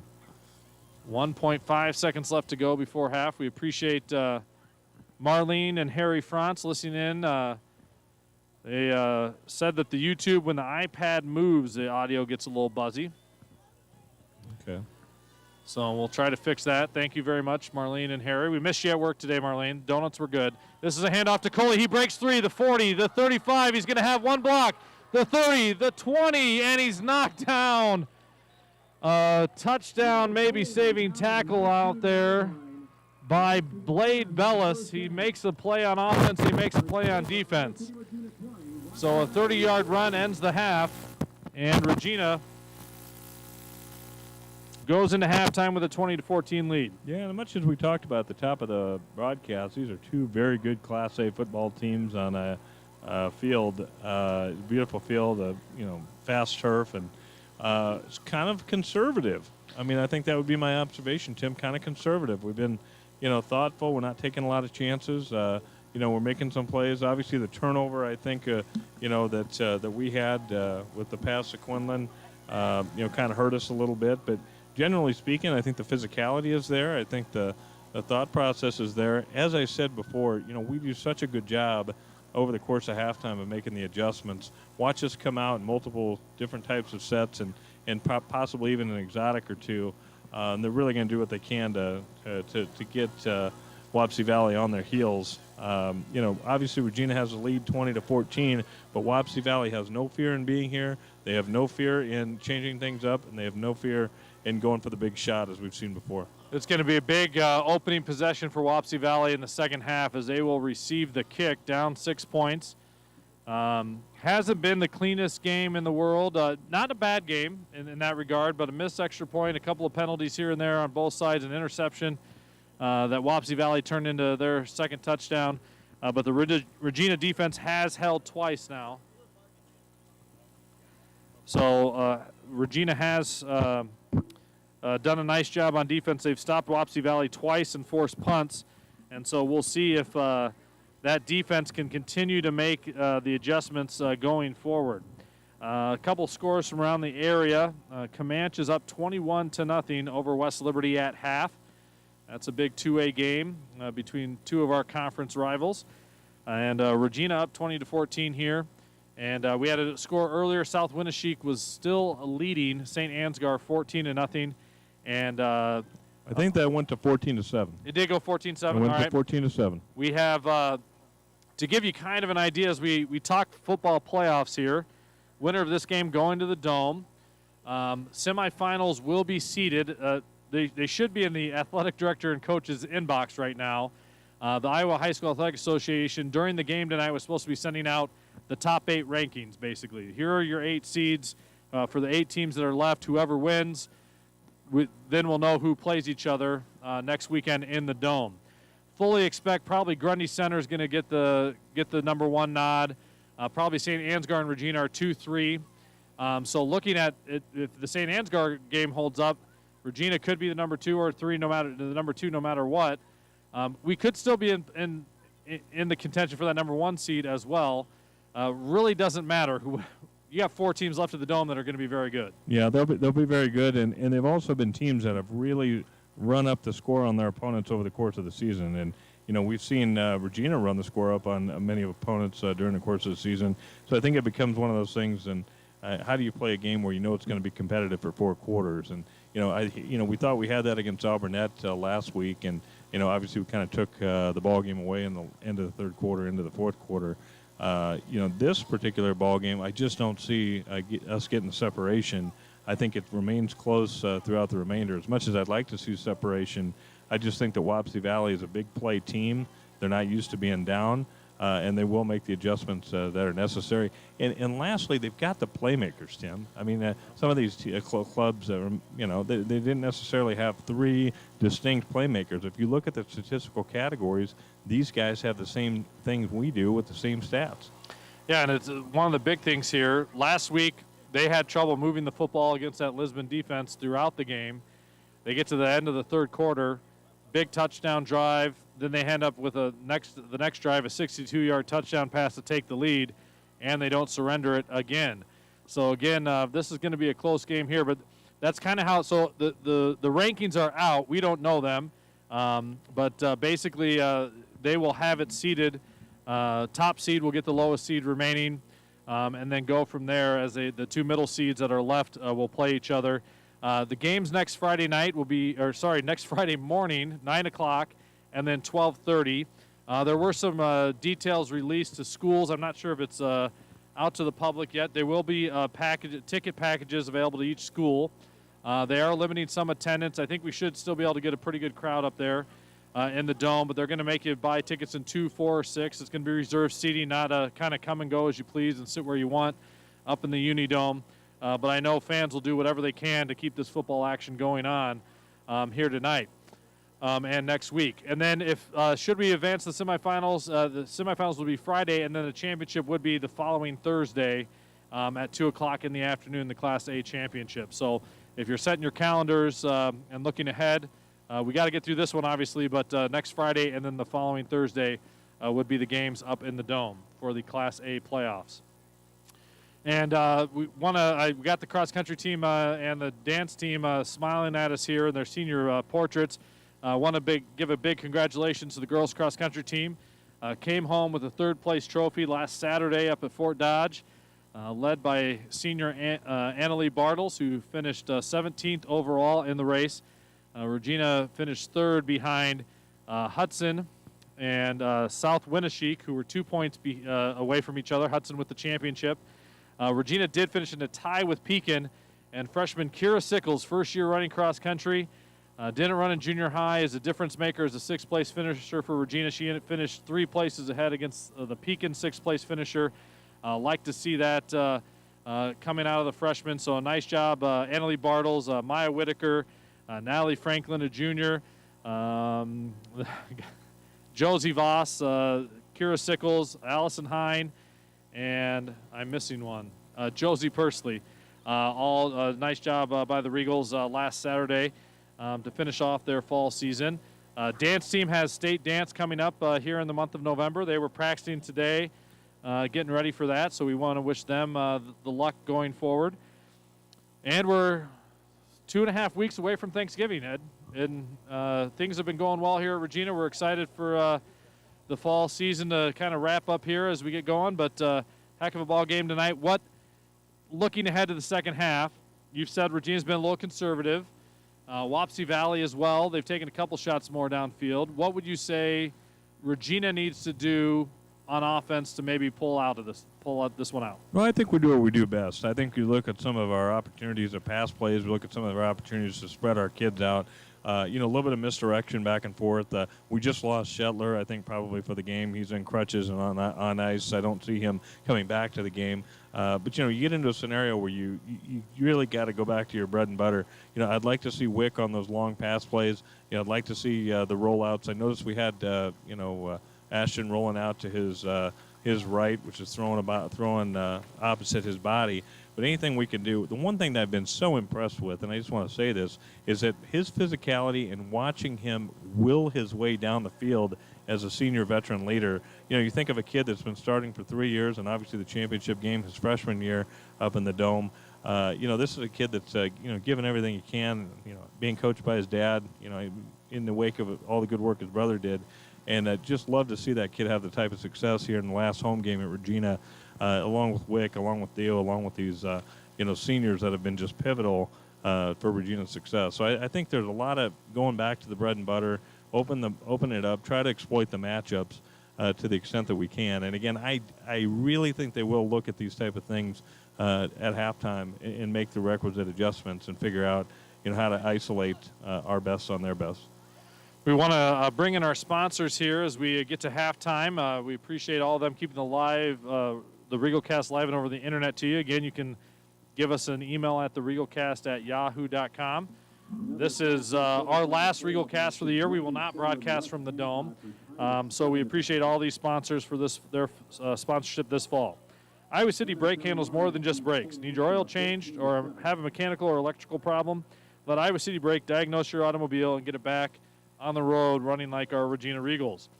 J.J. Nickdean is the preferred farm equipment dealership in the tri-state area. They offer experience, service, part inventory, and long-term commitment. See them in West Liberty, Tipton, Pilot Grove, Mount Pleasant, and Sigourney. The Regina Athletic Boosters invite you to become a member of the team. Contact Sean Beard and get involved supporting the Regina Athletic Program. Beaver Heating and Air reminds you to leave it to Beaver. When you're in need of heating and air, call Beaver Heating and Air for your next project. North Dodge Express is your stop for snacks before or after the big game. North Dodge Express is proud to support the RegalCast. Midtown Family Restaurant offers a family atmosphere and the best food around.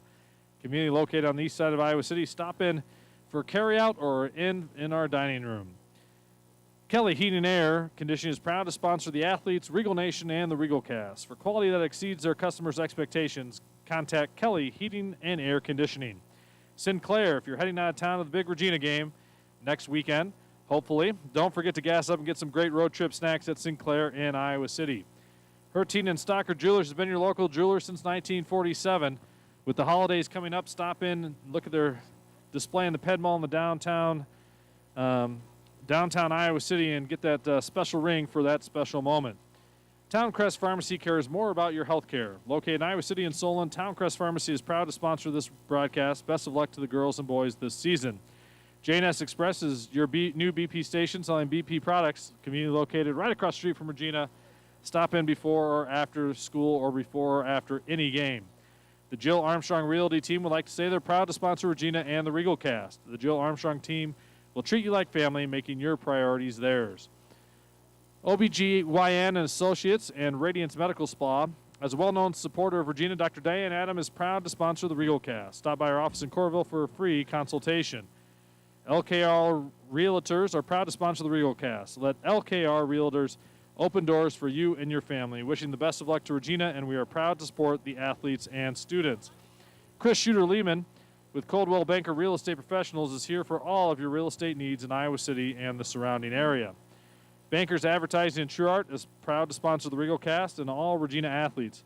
For printing and promotional advertising, contact Bob Squires at Bankers Advertising and True Art. Go Regals. Locals love us. They want to know who you love. Vote for your favorites now at vote@localsloveus.com. Dale Howard Auto Center in Iowa Falls wants to keep the Regals moving. Best of luck this season. We want to thank Steve and Glenda Howard for their sponsorship of the Regal Cast as they're Nick Wagner's grandparents. Thank you, Dale Howard Auto Center. And Jeff Rudolph of Edward Jones is not only your voice at Regina home games on the PA announcement, he's also your Iowa City financial advisor who can offer you advice on retirement planning and long-term goals. Thank you to all our Regal Cast sponsors. And one score update, we've got Grundy Center and West Hancock tied at 7, and that's at halftime. MFO Marmac leads St. Ansgar 14-7 at halftime, as we previously indicated. And one shout-out to Jennifer Wallace. Mrs. Wallace of Regina will have a birthday on Monday. So we want all of our listeners to wish Mrs. Wallace a happy birthday because that'll make her smile. Happy birthday, Jen. I'm assuming you're not going to mention what birthday number it might be because you want to be loud in the house tonight. Yes, I believe that I'm smarter than that. Good job. I'm very, very bright that way. Good job. I do want to throw a shout out there. Eric Stone, father of Stephen Hudding and Maggie Hudding, and Wyatt Stone has a birthday on Monday. He's my wife's cousin. Happy birthday, Eric. Hope you have a good birthday and celebrate it. Class of 91. Class of 91. An infamous class, if there is one here in Regina. 90, I can't remember. 92. 92, you're right. Yep. I was wrong. My wife's sister in that class as well, but happy birthday to him. We have both teams back on the field here getting ready for the second half. Regina up 20-14. Good crowd out here tonight. Regina stands are filled in pretty well with the nice social distancing. Student section in their tropical garb tonight. I saw a guy walking around with a Lisbon's jacket on tonight, catching the game as well. So good crowd from Wapsie Valley as well as both teams just really want to get up to that dome in this football season tonight. Yeah, I got to ask you this, Tim. What do we do to get the Hawkeyes to beat Michigan State first part of tomorrow? Establish a ground game. Yeah. I'm going to be honest with you. If they can get the ground game going, get Tyler Goodson going. I think we've been trying to make the wide receivers happy, which I don't mind. We want to make sure that they get the playmakers, but we're a play-action team. We need to get that ground game going. Going to be honest with you, I wasn't disappointed that I missed the Northwestern game cheering on the Regals. I caught the fourth quarter, but I was cheering on the Regals up at Fort Dodge last week, and was sad when I got there. We were up 14-0 by the last time I checked, saw the Regals run, and it was 17-14, was not happy with that. So no, we got up 17-0. Pat Fitzgerald has something about Kinnick Stadium. I think it all stems from his broken leg in '95, and that's never going to go away. He gets into Kinnick, and Michigan State brings Rocky Lombardi, West Des Moines native, Valley quarterback. When the years I lived in Central Iowa, I had a good fortune to watch him play, and tremendous athlete, tremendous kid, and it's kind of funny. You wish him success the whole year except for tomorrow. Very much so. And he's got to be feeling for his alma mater and what it finally happened. It caught a team. Valley knocked out due to multiple COVID positives on their team, and in a game that they playing Dowling, Valley-Dowling rivalry. So one ticket's already punched. Dowling is up to the Dome as they get the forfeit, unfortunately, from Valley. But should be an interesting playoffs next week. And tonight, haven't gotten a lot of scores in those bigger games, bigger class games. But we'll see who all is going to make the trip up next week to the Unidome. Yeah, for all our friends listening, obviously feeding us scores, feel free to tell us about 4A, 3A, 2A, some of the scores. Danny does a nice job of sending them across. But we certainly love to read the scores off to all of our listeners as the playoffs continue. And 20-14, Regina leads here as they've done the 3-minute clock here as we start to count down. And Wapsie Valley out getting their stretches in and everything. Regina gathering their kickoff team ready to go here. So Wapsie Valley, their last 2 drives before half were stopped by the Regina Regals and were forced into punts. Regina is going to hopefully keep that defense intensity up here. In fact, the last one was a 3-and-out by Wapsie Valley. So after the early touchdown drive and then the capitalizing on the Regina turnover, Regina has been able to force 2 punts by Wapsie Valley, but their crowd's getting pumped up over there and getting them ready here to start the second half. Yeah, again, hats off to our friends from Wapsie Valley up in northeast Iowa. They've got a terrific fan following, and obviously appreciate them all coming down and being part of this tonight.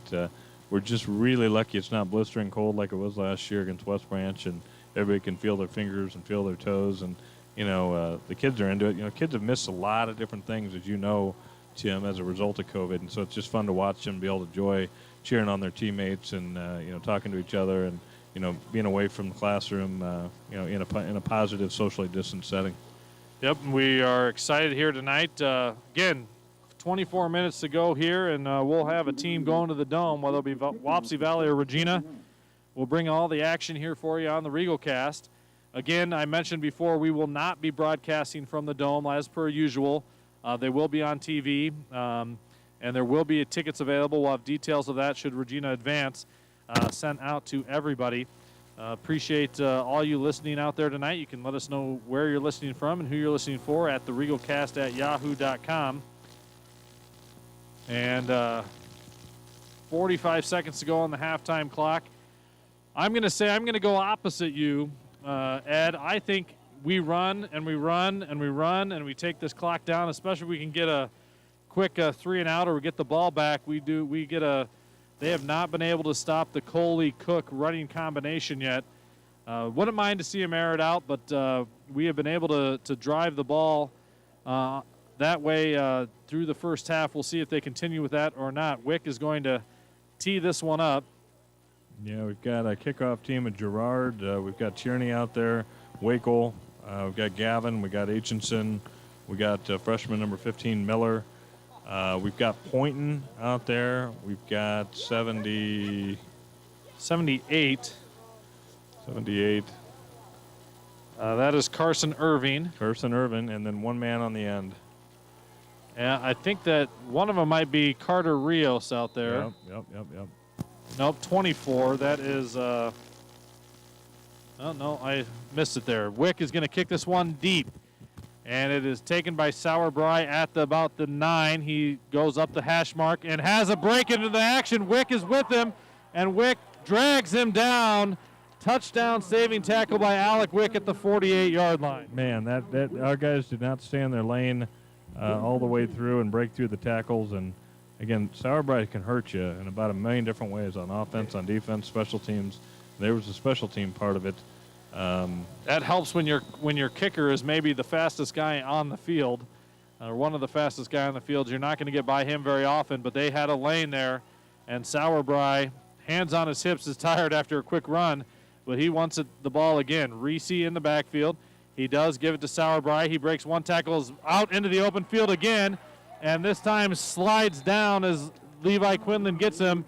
So one play, and they're down to the 30-yard line. Yeah, Levi Quinlan touched him. Otherwise, he slipped on the turf and found himself on the grass. We didn't tackle him, that's for sure. Nope, and good blocking up front by the Wapsie Valley offensive line. Regina's going to have to shore that up. Reese in the backfield with Sauerbry. And he gives it to Sauerbry, who breaks free again. Another 10-yard, 11-yard run down to the 20. Yeah, they just penetrated through the defensive line like a knife through butter, a hot knife through butter. We've got to tighten up, obviously get off our blocks, and nice job blocking by the Warriors. Man-on-man blocking by Wapsie Valley, and Sauerbry is hitting that hole hard. He is ready to go, the senior. This is Bellis. They've thrown a corner shot from this position on the field the last time for their touchdown. This time they hand it off to the inside man, and he's going to be met in the backfield by the Regals. And that is Poynton and Aitchison and number 34, Chambliss, I believe, on the tackle. Yeah, nice job of gang tackling on there. Boy, I tell you, when Poynton hits somebody, he really just jars them. Big, strong. He's a sophomore, isn't he, Tim? Yeah, sophomore. Man, oh, man. He hits somebody, he just jars them. Big stop there. Makes it 2nd and 3 here for Wapsie Valley. Now behind the chains a little bit. Blade Bellis at the bottom of the formation. He's got Wick on him. They're going to hand off to Sauerbry, who breaks free again, but only gets about 4. This will be a 3rd and 9. Yeah, they got to look to diversify a little bit here. The one thing I did notice is that when they try to go around the corner on the large side of the field, or wide side of the field, they have success. Look for them to maybe look to come around to the left side, some type of action sweep. 3rd and 9. They have Ott out to the right. They have Bellis out to the left. This is going to be single coverage out here with Wick. They want to protect the middle of the field as a defense. They fake to him. They're going to go deep to Bellis. Wick is running step by step and knocks it away at the last second. Great play by Alec Wick. Unbelievable defense by Wick. Didn't even touch him. Very, very clean. Just simply swatted it away. Their best receiver in the end zone. Pretty well thrown ball, but, you know, Alec Wick on defense, and thank you very much. Good. Wick went stride for stride with him, broke on the ball, knocked it away, and this will be 4th and 9. Big point here in this early in the second quarter. 9:32 to go. Regina up 20-14. Opening possession. Wapsie Valley, big kick return, big run. Stopped on 1st down. Gained a little bit back on 2nd. Pass batted away. Bellis is in the slot. Wick is matching up with him one-on-one. They're going to look to pass. Bellis is going on a crossing route, trying to get him free. They get it to him, and Wick tries to pull him down. He breaks free. He's going to get down to the 4-yard line. They tried that sort of 2 crossing patterns. Wick stayed with him, but then could not get him down in the open field. Yeah, nice catch by Bellis. Coming into the game, we heard a lot about him. We watched him on film. Number 1, best playmaker they have, in the wide receiver position. Wick grabbed his shirt, tried to throw him around, and again, he went over the. Now we're looking at a goal line situation. Slippery tackler there by Bellis to break free. This is Reese. Reese gives it to Sauerbry, who powers ahead but is down short. It's going to be marked down about the 1, I think. Yep, down to the 1. This will be 2nd and goal. Man, oh, man. Ah, boy. Big play there on 4th down by Reese and Bellis. That's a good play call. Yeah, good play call. They try to rub off the wide receivers on those on the sort of double crossing routes. 8:36 to go. Regina up 20-14. Wapsie Valley looking to score here. They give it to Sauerbry, and he scoots into the end zone for the Wapsie Valley touchdown. Wow. Well-executed series by Wapsie Valley, even when they put themselves up against the wall. That's grit. This team has grit. We saw it throughout the year. Their only loss coming to South Winneshiek about middle of the year. I don't know what happened in that football game. 26-14 contest, if I remember correctly. But again, 9-1 coming in, and we're waiting the extra point. The extra point big here. Regina tied 20-20 now. Ball is down, kick is up, and that is good. And Wapsie Valley will take a 21-20 lead. Yeah, we go back to that extra point, Jim. We always talk about that. you miss it or miss extra points. And our guys are coming off a little bit winded here. We have to get ourselves resituated properly. Water's being dispersed, and guys are going to have to get it going. 8:28 left to go in the third quarter. A lot of football left to be played, ladies and gentlemen. 8:28 to go here. Regina will have their first possession of the second half. Again, we didn't run this down at halftime, but Regina scored first touchdown of the game on a Theo Coley touchdown run to go up 7-0. Wapsie Valley came back to tie at 7-7. Wapsie Valley took advantage of a Regina interception to go up 14-7. Regina tied it up on another Coley run, 14-14. Took the lead on a Cook run to make it 20-14, but missed the extra point, and so now down 21-20. And Wapsie Valley ready to kick here. This is Wittenberg. He kicks it deep. This is going to be Wick. He takes it at the 5, across the 10, cuts to the left up to the 20, and is knocked down at the 21-yard line. Well, you can hear that Wapsie Valley crowd. They are into it. This is as big a crowd as we've seen all year. I think obviously it's playoffs, and obviously the weather is absolutely gorgeous. But we've got visitors that are totally tuned in. What do you do here on offense, Tim? I say we stick with the run. They haven't been able to stop us. I don't mind mixing in the pass here and there when they get an opportunity, but if they can keep attacking that run, keep getting 7 to 8 yards a carry, it's going to be hard to stop the Regal offense. And Cook has it. They've got wide receivers in tight in a spread formation. They clog up the middle better than they have all game, and that's a 2-yard run by Theo Coley. Yeah, who is in for Shetler? Number 60? 60. 60, that is Anthony Kamani. Yeah, Kamani. Kamani's in for Shetler. So Marks, Kamani, Weiss, Udell, and Poyton, I believe, or Gaffey, sorry, is the line. Yep, that's right. Just under 8 minutes to go. Wapsie Valley 21, Regina 20. Regina's first possession of the second half. This one is a fake this time. They pass it outside to Quinlan, who is going to fight for the first down yardage. He's going to get it. He's going to get it, and that's a first down out to the 31-yard line of Regina. Yeah, the Warriors are tackling, and they're assaulting while they tackle. Nothing dirty, but they're physical. That's the type of pass play that we've been able to be successful on tonight, and it loosens up that middle a little bit. Now they got to be worried about Quinlan on the outside.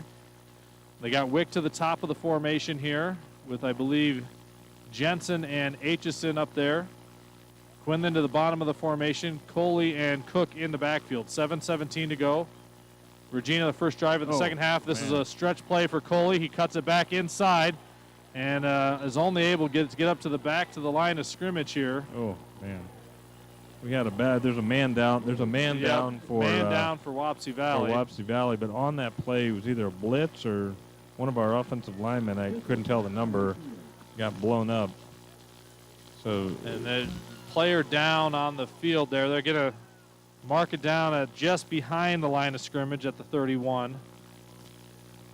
Wapsie Valley not happy about something. Yeah, there's some barking going on. Yeah, I don't know if they felt it was I didn't see anything dirty on the play. I'm not sure what they were upset about, but obviously they have an injured player down, understandably. Yeah. That's upsetting. 6:57 to go here in the fourth quarter. Okay. Regina down 21-20 to Wapsie Valley. 21-20, and then we've got a score update. MFL Marmac and St. Ansgar tied at 14, and that's 10:56 left to go in the third quarter. Well, I want to give another birthday shout out. Happy birthday to Maggie Supel on Monday. Happy number 13. 13 years old. Your mom and dad's best day of their life, Maggie, when you came along. I know what it's like. The fourth child is always, their birthday is the best day of anybody's life. So, happy birthday to Maggie Supel, the 13 on Monday. All right, here we go, Regals. Let's do it. And Regals are back out here. I did not see if the player walked off or not. 20-21. 7 minutes even to go here in the third quarter. Come on, fellas. Cook drops back to pass. He's looking deep. He's got Quinlan wide open down the middle of the field and cannot keep the ball or the catch. No, they say he fumbled it. They say he made the catch and then fumbled it, and Theo Coley makes the tackle at the 40. Oh, he was down. He was. I don't think he had control of the football, to be honest with you. That was an incomplete pass. That was bobbled, but they are saying it was a complete pass and a fumble. Coach Hinkle's all over the sideline judge, sideline official. I thought it was an incomplete pass, Tim. They're saying he had possession of it. Now you've got the folks over at Wapsie Valley saying. And it's going to be a fumble. Well, okay. All right, let's move on. So second turnover of the game. Okay.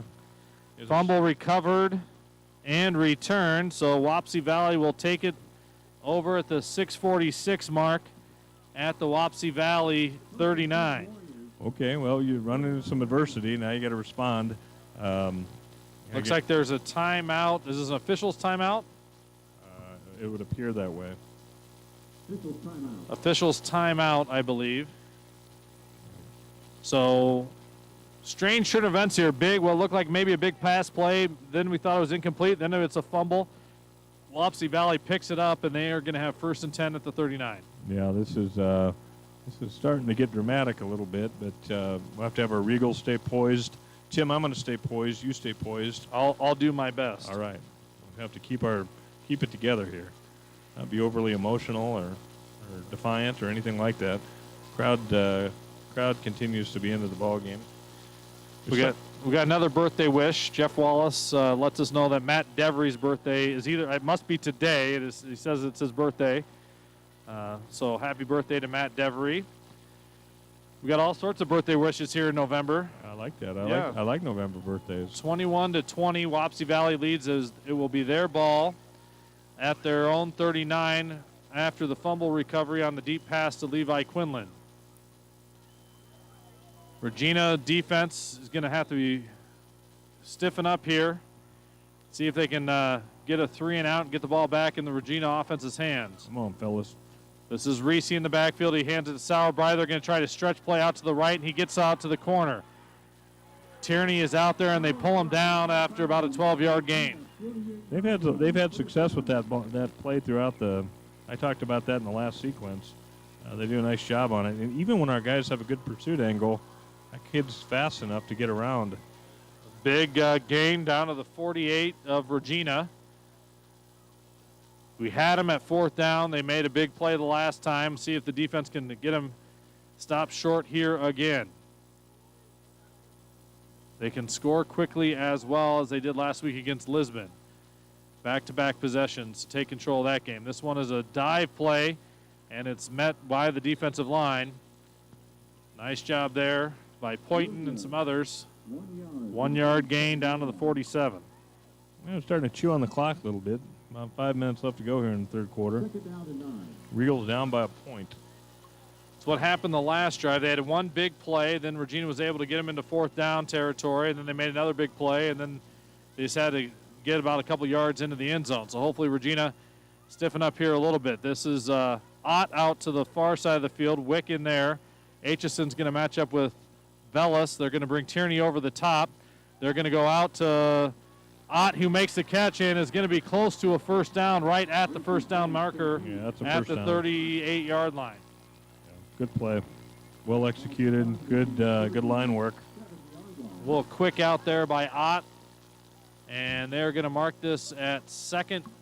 They're going to mark it down at the 39. So that's going to make it. Nope.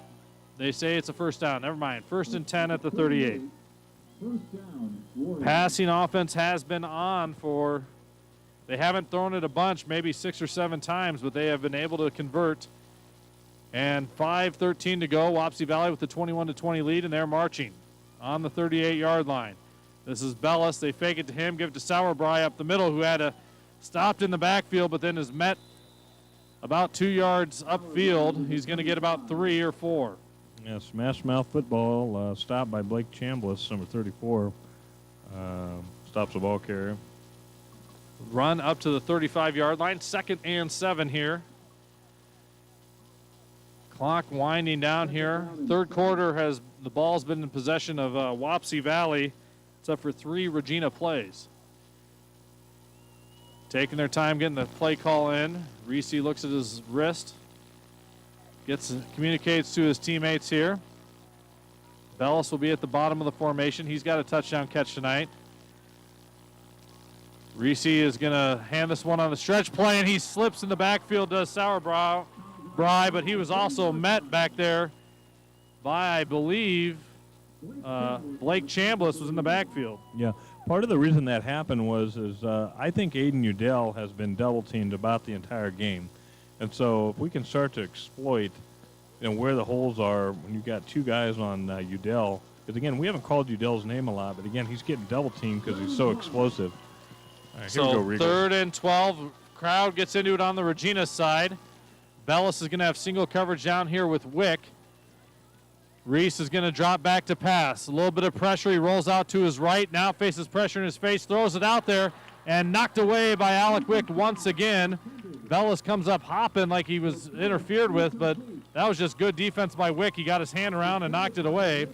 It'll be 4th down at the 40. Yeah, the Wick and Bellis matchup is one of the best in all of Class A. You got two very fine athletes going at each other. So far, Wick's had the upper hand. And he's been solo covered on him all night. They have not. They've run a safety over every once in a while, but they're bringing the safeties up to stop the run and letting Wick take control of Bellis. He got him once in the end zone, and Wick has gotten the better of him a couple times as well. So this is 4th and 12 from the 40. 3:34 to go in the 4th quarter. Wapsie Valley with the 21-20 lead. This is kick. It's going to be kicked high and off the foot. It's going to bounce at the 33 and out at about the 27. 28-yard line, so that's a 12-yard punt. Regina will have pretty good field position. Yeah, I think he kicked it off the side of his foot, and, yeah, that was good for Regina. It didn't go any farther. Regina will take over at their own 28, 3:26 to go. A score from the West Liberty Comanche game. Comanche has added a score, but so has West Liberty. 34-6, Comanche up against West Liberty. Looking like Comanche is going to punch their ticket to the Dome for the first time ever. Wow, good for them. Ashton Cook takes the snap. He fakes the handoff to Coley and goes to the left side and gains about 5 yards, does Cook. You know, remember that Pella Christian game last year where Ashton had the kind of the parting of the seas, and I wonder what formation and setup we had there. I'd love to see some type of misdirection in both ways to let him run free. I have the stats here somewhere, but Cook has got to have a career season high in carries tonight. For sure. They've shown it every once in a while, but they have not shown his running ability all that much. Cook is this time met in the backfield, a breakdown on the pass protection, and he is sacked. And that's going to mark him back at about the 24-yard line. So Regina will face a 3rd and 14. Sacked by Jackson Coleman, sophomore from Wapsie Valley. Regina, again, down 21-20. 2:25 to go here in the 3rd quarter.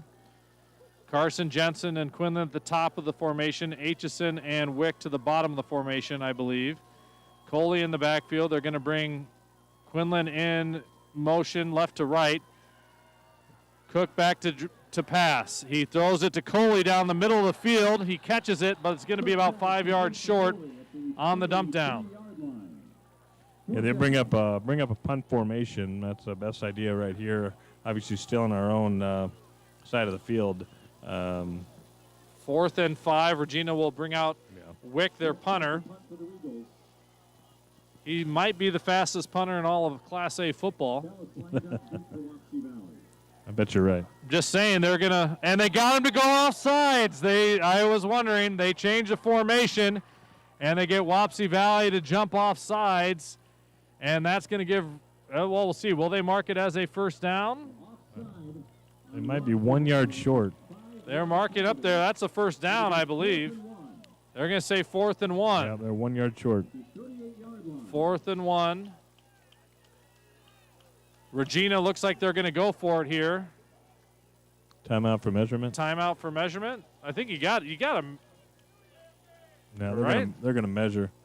You got to measure that. It was It was 4th and 5. Now, whether any of these measurements are really accurate or not. Well, they've got to be accurate. You got Robert Gaffey and Leo Fernandez. And they're going to give it a first down. Yeah. Regina with the first down up to the 38-yard line on a penalty. And that's going to give Regina new life. Danny Davis is having flashbacks back there from Mediapolis last year. We have pulled that many times before. Wapsie Valley has not seen it. This is a new set. Empty backfield. Coley in the slot position on the left side. Cook's in the empty backfield. 1:29 to go here in the third quarter. 1st and 10 from the 38. Regina down 1. They haven't trailed in the second half since they trailed to Pleasant Valley in the first game of the year. Here's Cook. He's going to take it himself. And they are going to wrap him up on the left side there. Good penetration by the Wapsie Valley defense now. Maybe got up to the... They're going to mark him down a yard behind the line of scrimmage or not. There is a flag down. This might be a hold. Hold on, Regina. So that's going to back us up. It'll be 1st and 20.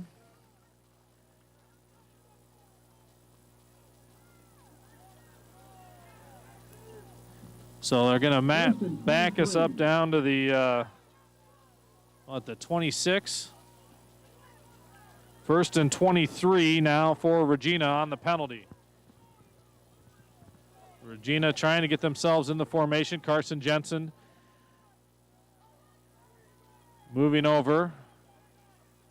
This is they got everybody out. They pass it back to Quinlan. He's got some blockers, but doesn't get very far. Slow developing play on a little bit of a screen pass over there to Quinlan.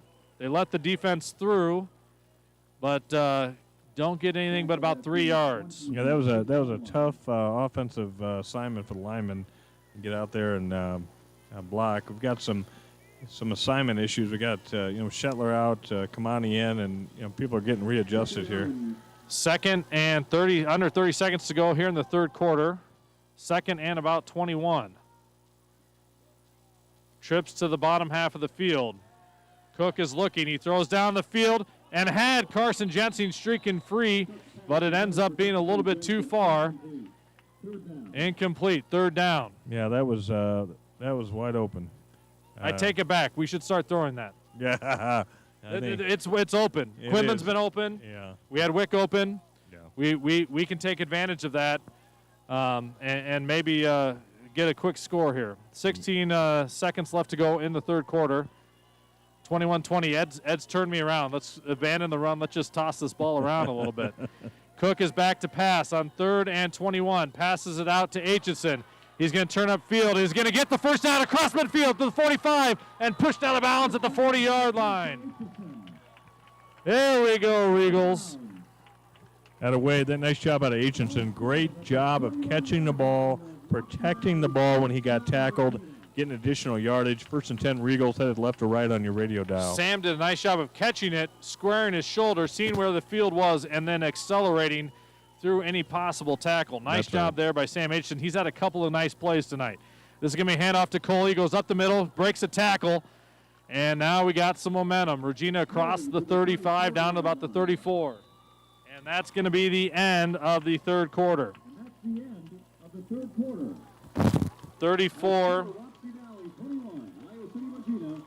And we come up on quarter, and we thank our sponsors, Jeff Rudolph and Edward Jones, Dale Howard Auto Center, Locals Love Us, Bankers Advertising and True Art, Chris Shooter Lehman, LKR Realtors, OBGYN Associates, and Radiance Medical Spa, the Jill Armstrong Realty Team, J&S Express, Towncrest Pharmacy, Hertine and Stocker Jewelers downtown, Sinclair, Kelly Heating and Air Conditioning, Midtown Family Restaurant, North Dodge Express, Beaver Heating and Air, the Regina Athletic Boosters, led by Sean Beard, J.J. Knighting, and Iowa City Break, all sponsoring the Regal Cast this fall. And thanks so much for all that you do to allow us to come to you for the Regal Cast. Also, thanks to our YouTube friends for helping us out. Brandon Mills specifically. Coach Hinkle helps out with that as well in preparing it. And, again, we're into the fourth quarter. 12 minutes left to go at home. Last ball game here at home for sure. Regina is down 21-20. Got a bunch of birthday wishes they want shouting out here, but got a 1970 alum, I want to say T.B. Snavely, up in northwest Iowa, the Iowa Lakes, listening in. We appreciate that. And our own Don Hurt turned 80 this week. Don helps around school still. Best and brightest, right? The first class of Regina. Don Hurt turned 80 on the 4th of November. Matt Pasha listening in. Thank you, Matt, for listening in tonight. Michael Clark, freshman Jack Clark is starting on the kickoff and kickoff return teams. Heard you went through the lineup. We missed him. We couldn't see the names of the last couple guys, but it was Clark out there. Yeah. Thank you for helping us out there. Early birthday to Shelly Conlon. She's got a big one on Thanksgiving. That was my dad's birthday as well. So happy birthday to Shelly Conlon from her husband, PJ. And we got Ashton Cook here handing off to Theo Coley, who almost loses the football there, but drives ahead for the first down. Attaboy, and it'll Theo. be 1st and 10 to start the fourth quarter here from the 30-yard line. Yeah, good job, Theo. Well, they're coming hard at him. They are coming hard.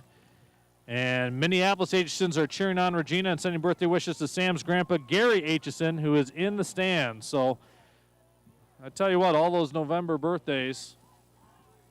And we'd like a birthday present right here, a touchdown for Regina. Cook decides to keep it, is met in the backfield, gets away from the tackle, but then is going to lose 5 more yards on the read option, and it'll be 2nd and long. Yeah, he did a nice job of just eating it.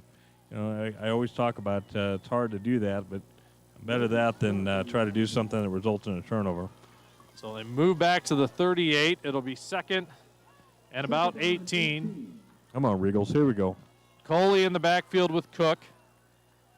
Jensen and Quinlan to the short side of the field. Wick and I believe Aitchison to the top.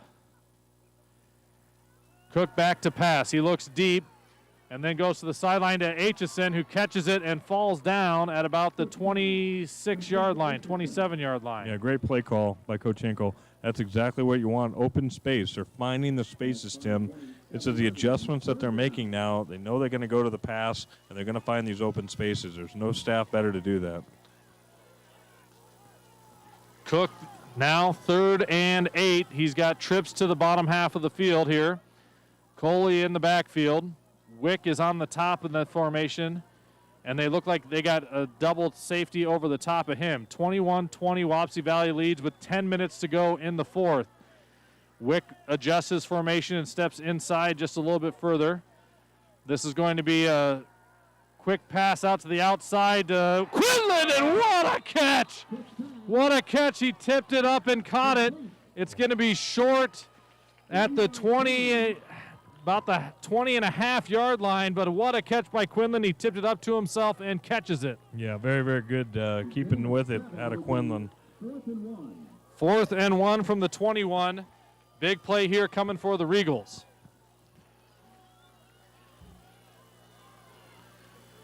They're going to bring Coley up to the fullback position. Cook under center. He takes it, and he's going to plow forward for the first down, and he gets it. Yeah, first down, Regals. Gets it, and another yard down to the 19. Yep. We got St. Albert is up 14-0 on Logan Magnolia. 8:40 left to go in that game.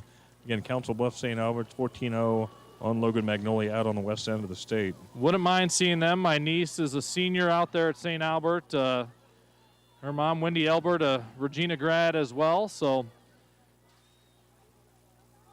Wendy Putney now, Regina with new life. 1st and 10 at the 19. 21-20, 8:55 to go. Wapsie Valley with the 1-point lead. Cook back to pass. He throws it out to Quinlan, who stops and stays inbounds and gets down to the 11-yard line. Yeah, it was nice footwork out of Quinlan to stop and try to get an additional 1.5 yards. I love the effort there. 21-20, Wapsie Valley leads, 8:30 to go. 2nd and 2 from the 11. They're going to hand off to Coley, who takes it inside, breaks the tackle, gets down to about the 7-yard line or 8-yard line. Yeah, we're grinding now, Tim. We're grinding, man. We're grinding. 8 minutes left to go, down by 1. Trying to get down to the goal line, score. Nothing but a grind. Nothing but a grind. That's a first down, so 1st and goal from the 7. You know, we got 4 plays to get in the end zone. We hopefully won't need them. Cook is going to keep it. He's going to go to the right side, get down to about the 5. Cook to the 5. Meanwhile, the clock keeps running. Goal to go.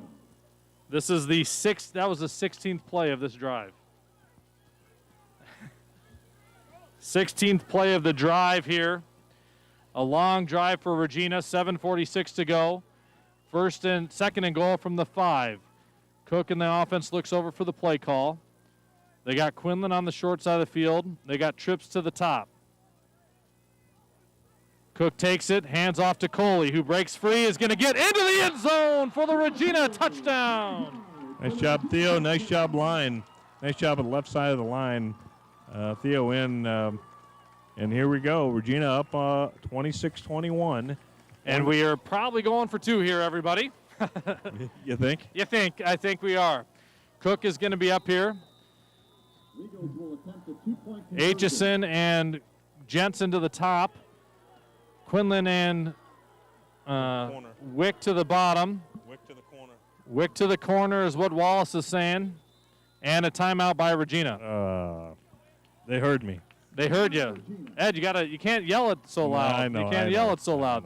They- Regina takes a Theo Coley touchdown to go up 26-21, going for 2 here to try to go up by 7 with just 7:28 to go in the game.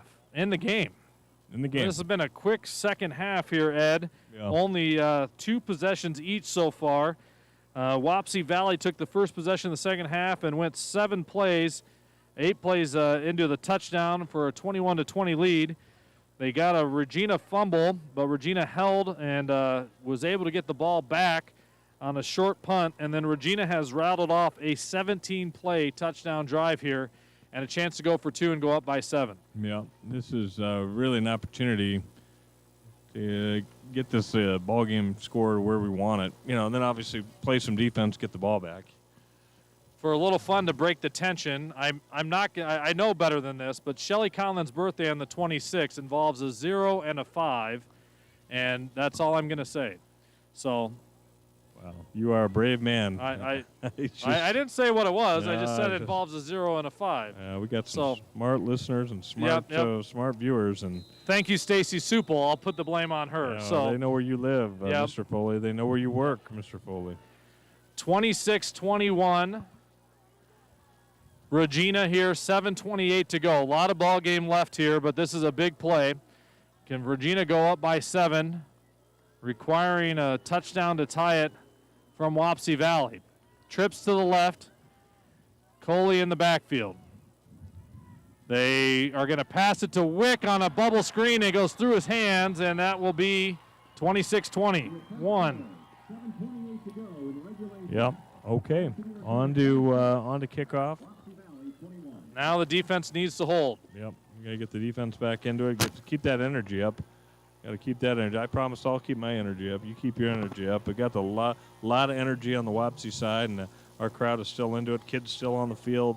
On the yard on the hill, like they always are.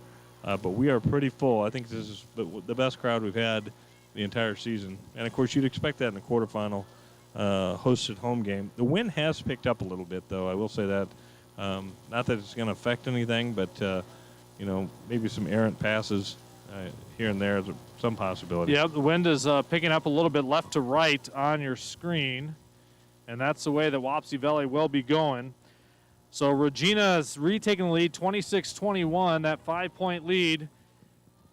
A couple of miscues by Regina. Didn't get the 2-point conversion on that last play. Tried to, earlier in the game, we got an offsides on an extra point. Then we tried to do some trickeration and ended up getting a false start on us, and then we missed the extra point. Hopefully that won't come back to bite us here in the fourth quarter as Alec Wick gets ready to kick off with the lead, 26-21, 7:28 to go. That's my new word, Mr. Foley, trickeration. Trickeration. Wick ready to kick this one off. Sauerbrey almost took it back the last time. Wick was able to get him. See if Regina tries to kick it away from him this time. Wick with the kick, and they squib it. It'll be picked up by number 5 at about the 22, and he's going to break free. Wick out of bounds, knocked out of bounds at the 15-yard line. And Wick is getting some help up from some friends down there, but down to the, where are they marking, the 13? Yeah, 15. Looks like 13. They're marking at the 13-yard line. Wow. So that was number 5, Holton Robinson. You might remember him earlier. He had the big interception. So they are going to get the ball at the Regina 13 with 7:16 to go. And an injured player on the field is Alec Wick. Made a saving tackle there, chasing him down. I think he's winded. I think might be winded, or might have gotten kicked in the chest as he was going to lunge him or lost his breath there. Yeah, he's back up. He's just. Yeah. He just lost his. He lost his breakfast. He went lunged out to get him and knock him out of bounds, and maybe just got the wind knocked out of him as he was going there. Yeah, tough kid. Yeah. So 26-21, Regina leads. Defense going to have to come up with a big play here. Yeah, out comes Coley. In comes Jackson Mills on the defensive line, number 69. We've got Aiden Udell, Gaffey, Jackson Mills, and Weiss on that defensive line. We've got Hickman or Blake. Chambliss is out there as a linebacker, pointing out there. And Reese, the quarterback, he's got Bellis out to the left and Ott out to the right with Sauerbry in the backfield. He's going to go to Bellis, who breaks free and is going to catch a touchdown. Got broken free there from the defensive back, and a quick strike touchdown, 13 yards for Wapsie Valley. Yeah, found him in the corner of the end zone. I mean, it was well scripted, well played. We had a lot of momentum going the other direction, and hats off to Wapsie Valley on that play. So they take a 27-26 lead here. We'll see if the extra point is good, or are they going for 2? Be smart for them to go for 2 here. Make it at least a 3-point game, although Regina has not tried a field goal all year, I believe. Is that right? That's according to the stats. We don't have a field goal attempt all year. Wow. We're not going to need one. We're going to get it back in 7-minute drive. They hand this one off to Sauerbry, who stopped short of the goal line. It'll be 27-26. And that was Aiden Udell. Aiden Udell with the big tackle. Attaboy, Aiden. When it comes crunch time, you know you're going to have Aiden Udell ready to roll. And that was him right there making a big play. So the quick strike by Wapsie Valley gives them the lead back, 27-26. But maybe this plays into our advantage. We just had a 17-play drive that lasted almost, it took up, we got the ball with 3:26 to go in the third. We went all the way down to the fourth quarter with 7:16 to go. Another long, sustaining drive and a touchdown wins this one and doesn't let Wapsie Valley back in it. Yeah, I'm going to turn the table on you a little bit with this wind.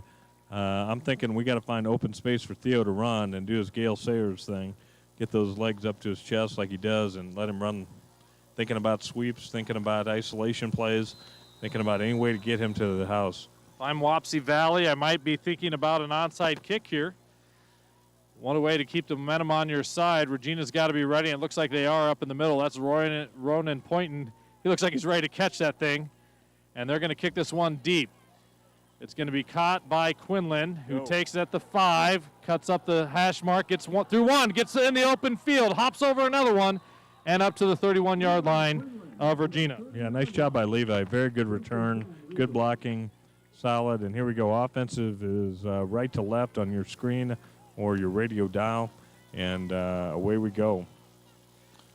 This is the drive every senior quarterback thinks about. 7:03 to go. Down in the fourth quarter on your home field. Chance to go to the Dome. Ashton Cook's running out. 27-26, Wapsie Valley.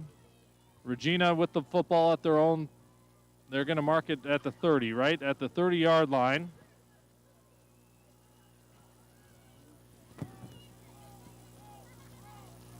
Spread wide receivers, but in tight. They're going to bring Jensen in motion. They fake to him. Cook looks to pass and has Theo Coley sprinting down the sideline to the 40, to the 30, and he's pushed out of bounds at the 33-yard line. Little wheel route by Coley out of the backfield on the fake jet sweep down to the 31-yard line. And that's the isolation we're talking about.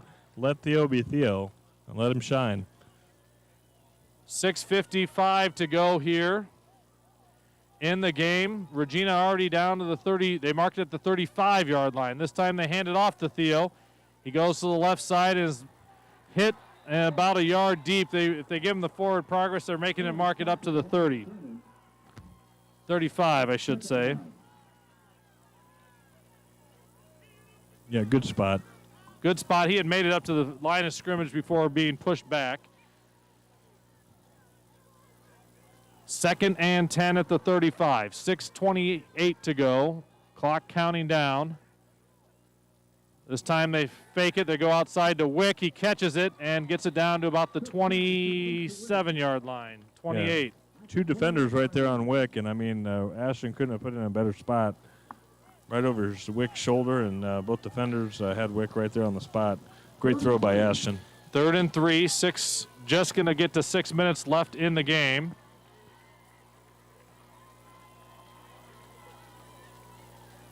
Coley in the backfield. Wick and Jensen on this side of the field. Quinlan and Aitchen up there. Cook is going to keep it. Is going to be met in the backfield. A little bit of a mix-up there.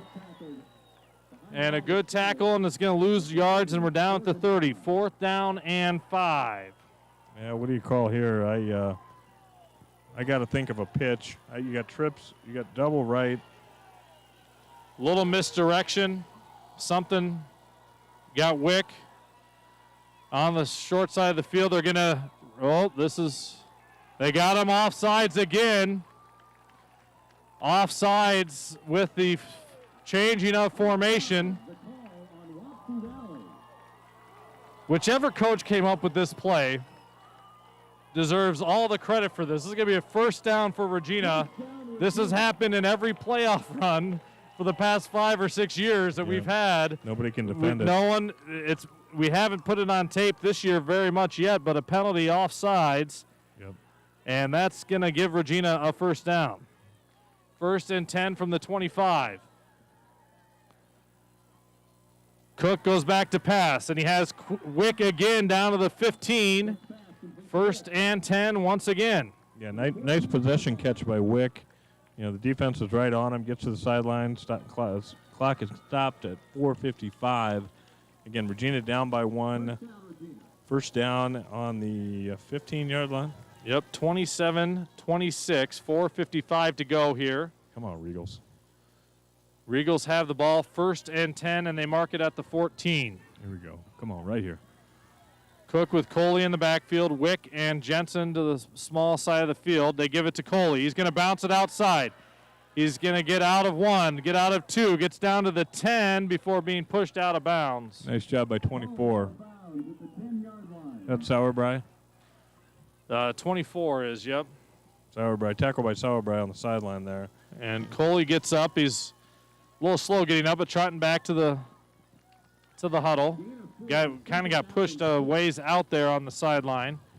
Yep. 27-26. Well, Wapsie Valley with the lead. 4:38, 4:37, 4:36 going on the clock.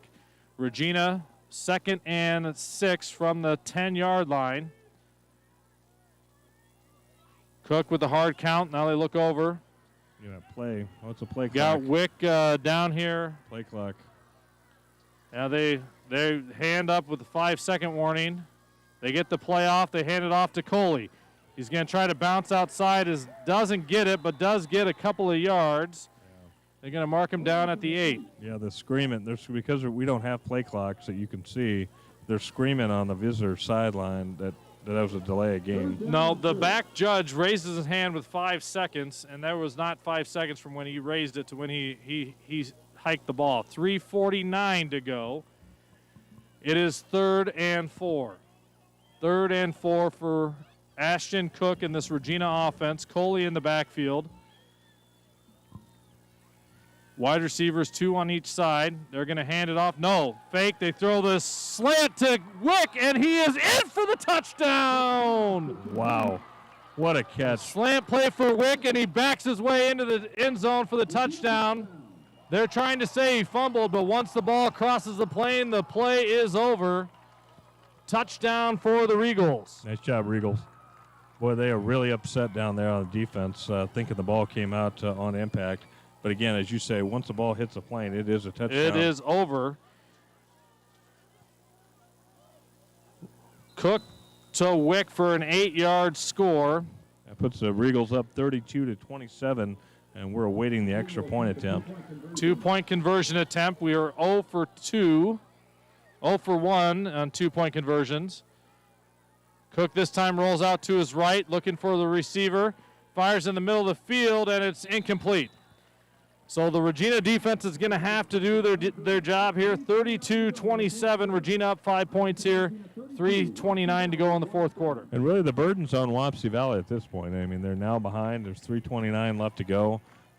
Regina's got to stiffen up their defense. Got Coach Dumont, Coach Mitchell, a host of other coaches getting everybody lined up in a huddle right by the home sideline. And trying to get them figured out. Again, the Wapsie coaches are out giving the officials an earful, but they're also trying to line up as well. It should be an incredible 3 minutes, 29 seconds left to go in this contest. What a game so far, Tim. I mean, this is exactly what we talked about at the top of the broadcast. Just 2 hard-nosed teams going at each other. A lot of athleticism, a lot of playmaking, a lot of kids leaving it out on the field tonight, especially these seniors. Yes, it's been a heck of a battle here between 2 very, very good teams. Wapsie Valley came in as matched Regina punch for punch here tonight. 32-27. Regina leads here with 3:29 to go in the fourth quarter. The last 2 kickoffs have not been very good for Regina. They've been able to get quite big returns down to the 13 the last time by Wapsie Valley. We'll see if Regina does something here a little different. And a score update in north central Iowa. Grundy Center 20, West Hancock 14, and that is a final, ladies and gentlemen. Grundy Center has punched their ticket to the Dome. Appreciate that.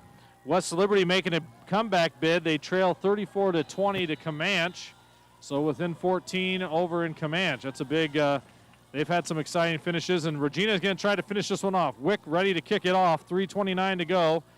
He boots this one, and it's going towards the sideline. This is number 5 again. He's had a couple of big returns. Oh, and he's met in the backfield by Carter Rios. Attaboy, Carter. Way to be a special teamer.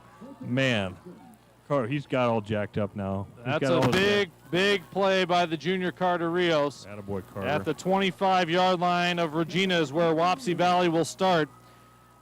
Yeah. They have not had a drive of that length yet tonight. We'll see if the Regina defense can keep them trapped down there. They will start at the 24 is where they're putting it.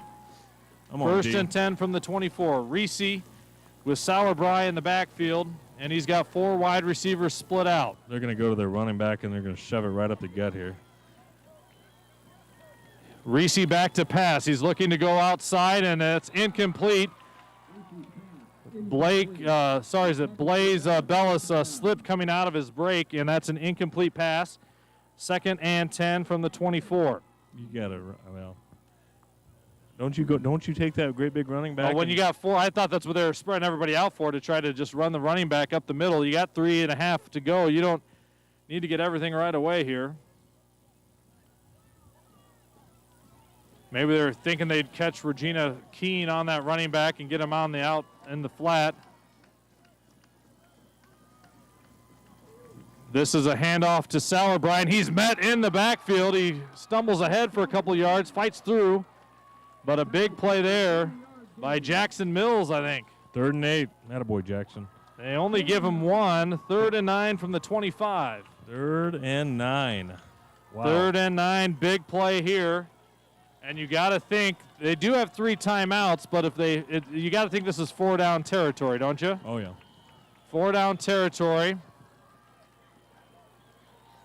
They have 4 wide receivers split out, 2 on the top, 2 on the bottom. Sauerbrei, the running back. Reese is back. Coley coming on the blitz, and he's going to get him at the 10, at the 9! A big sack by Theo Coley. Oh, my goodness, what a sack. I mean to tell you, Aiden Udell's there, then Theo just jumps on the kid's back. What a loss on the play. Holy cow, great call to bring Theo Coley on the blitz. And now they're going to have to punt this one away. Yep. They're letting the time run here, though. It's going to go under 2 minutes. They got the punt team in. But this is 4th and 24? Mm-hmm. 4th and 24. You almost have to punt this one away and hope your defense can stop Regina. Yeah, it looks like 4th and a million here. Yep. Cook is back. They have Cook back just in case.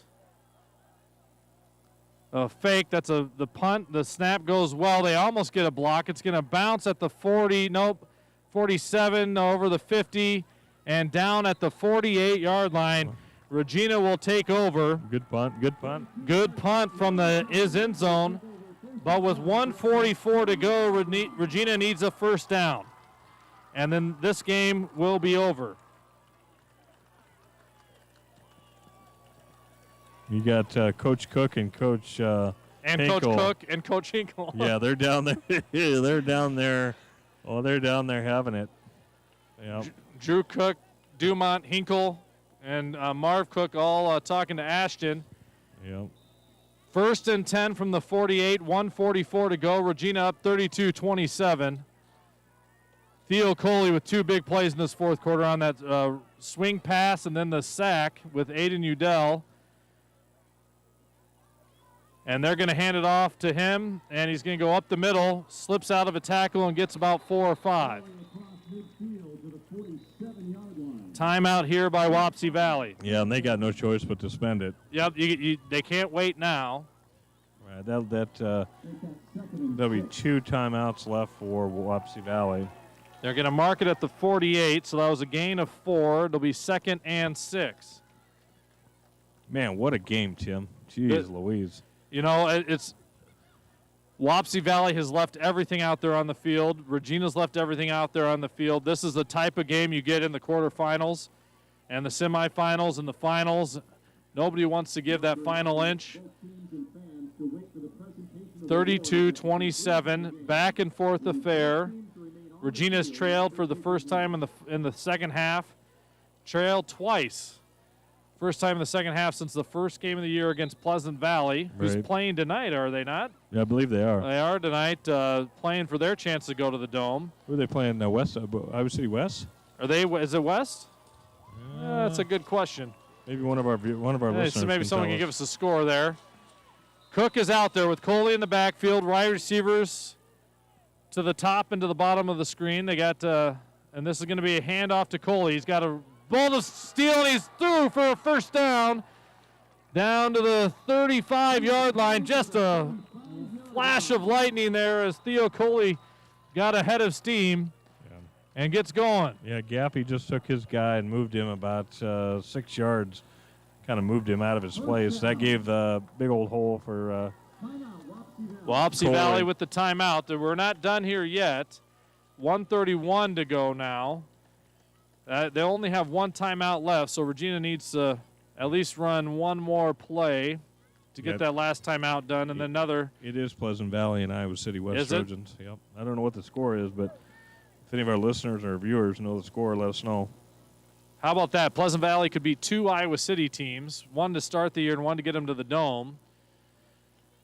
They were a heck of an offensive running attack. They were undefeated on the year. Undefeated on the year. They ruled the Quad Cities area. They came over here, picked us up on a Thursday night when we both lost to opponents that were willing to play an A team. Came over here and took it to us. I think we held up for about a quarter. We against a 4A team in the first game of the year. We did a pretty good job. That's why they're battle tested for a game like this. Yeah, but Pleasant Valley is up 38-24. I don't know. 38-24. Pleasant Valley leading. Regina 32-27, a minute 31 to go here. One timeout left. Cook is going to roll to his left, and then he's just going to take a knee attaboy. at the 42-yard line. They're going to use their last timeout. And then thanks to Ray Colony and Tom Brand for helping me out here. But Pleasant Valley 38, West High 24 late in the game. I think it's 2:08 left to go in that contest. They mark him down at the 42-yard line. It'll be second and about 17. Regina doesn't care at this point. They just want to run enough time off the clock that they don't have to worry about. We'll have to snap it one more time and then one more. Is that correct? Yeah, that's what they're asking them down there. Unless they, I guess we. So St. Ansgar, was that a St. Ansgar coming back to win? Is that what Jeff Rudolph just said? Yeah, I missed it. We appreciate everybody at Sportscast Media. This has been a great season. Letting us go on the air with all the COVID issues and everything else. Danny Davis and everybody that works back on Friday nights in the broadcast booth back there. We thank you, Ed Wallace and Chad Triplett, for doing most of the games this year. It's been a great run here. Tim Foley and Ed Wallace bringing you this action. 1:24 to go in the quarterfinals. Regina with a 32-27 lead. And Ashton Cook will take the snap. He's going to run around, try to take as much time off the clock as possible, and then slide down at the 50-yard line with 1:17 to go. Yeah, they're doing it just the way they drew it up. Just exactly the way they're doing it up. Good sportsmanship here. I think that Wapsie Valley understands where they're at here and understands what's going on. 1:02, now they're less than a minute. Under a minute to go, 58-57. They will snap it with 45 seconds or less, right? The 40-second play clock. Yeah, that's a final. St. Ansgar 49, MFL Marmac 14. That's final. 49-14. Yeah, they were up 14-0, right? Yeah. St. Ansgar is just a scoring machine up there. It's been that way the whole season.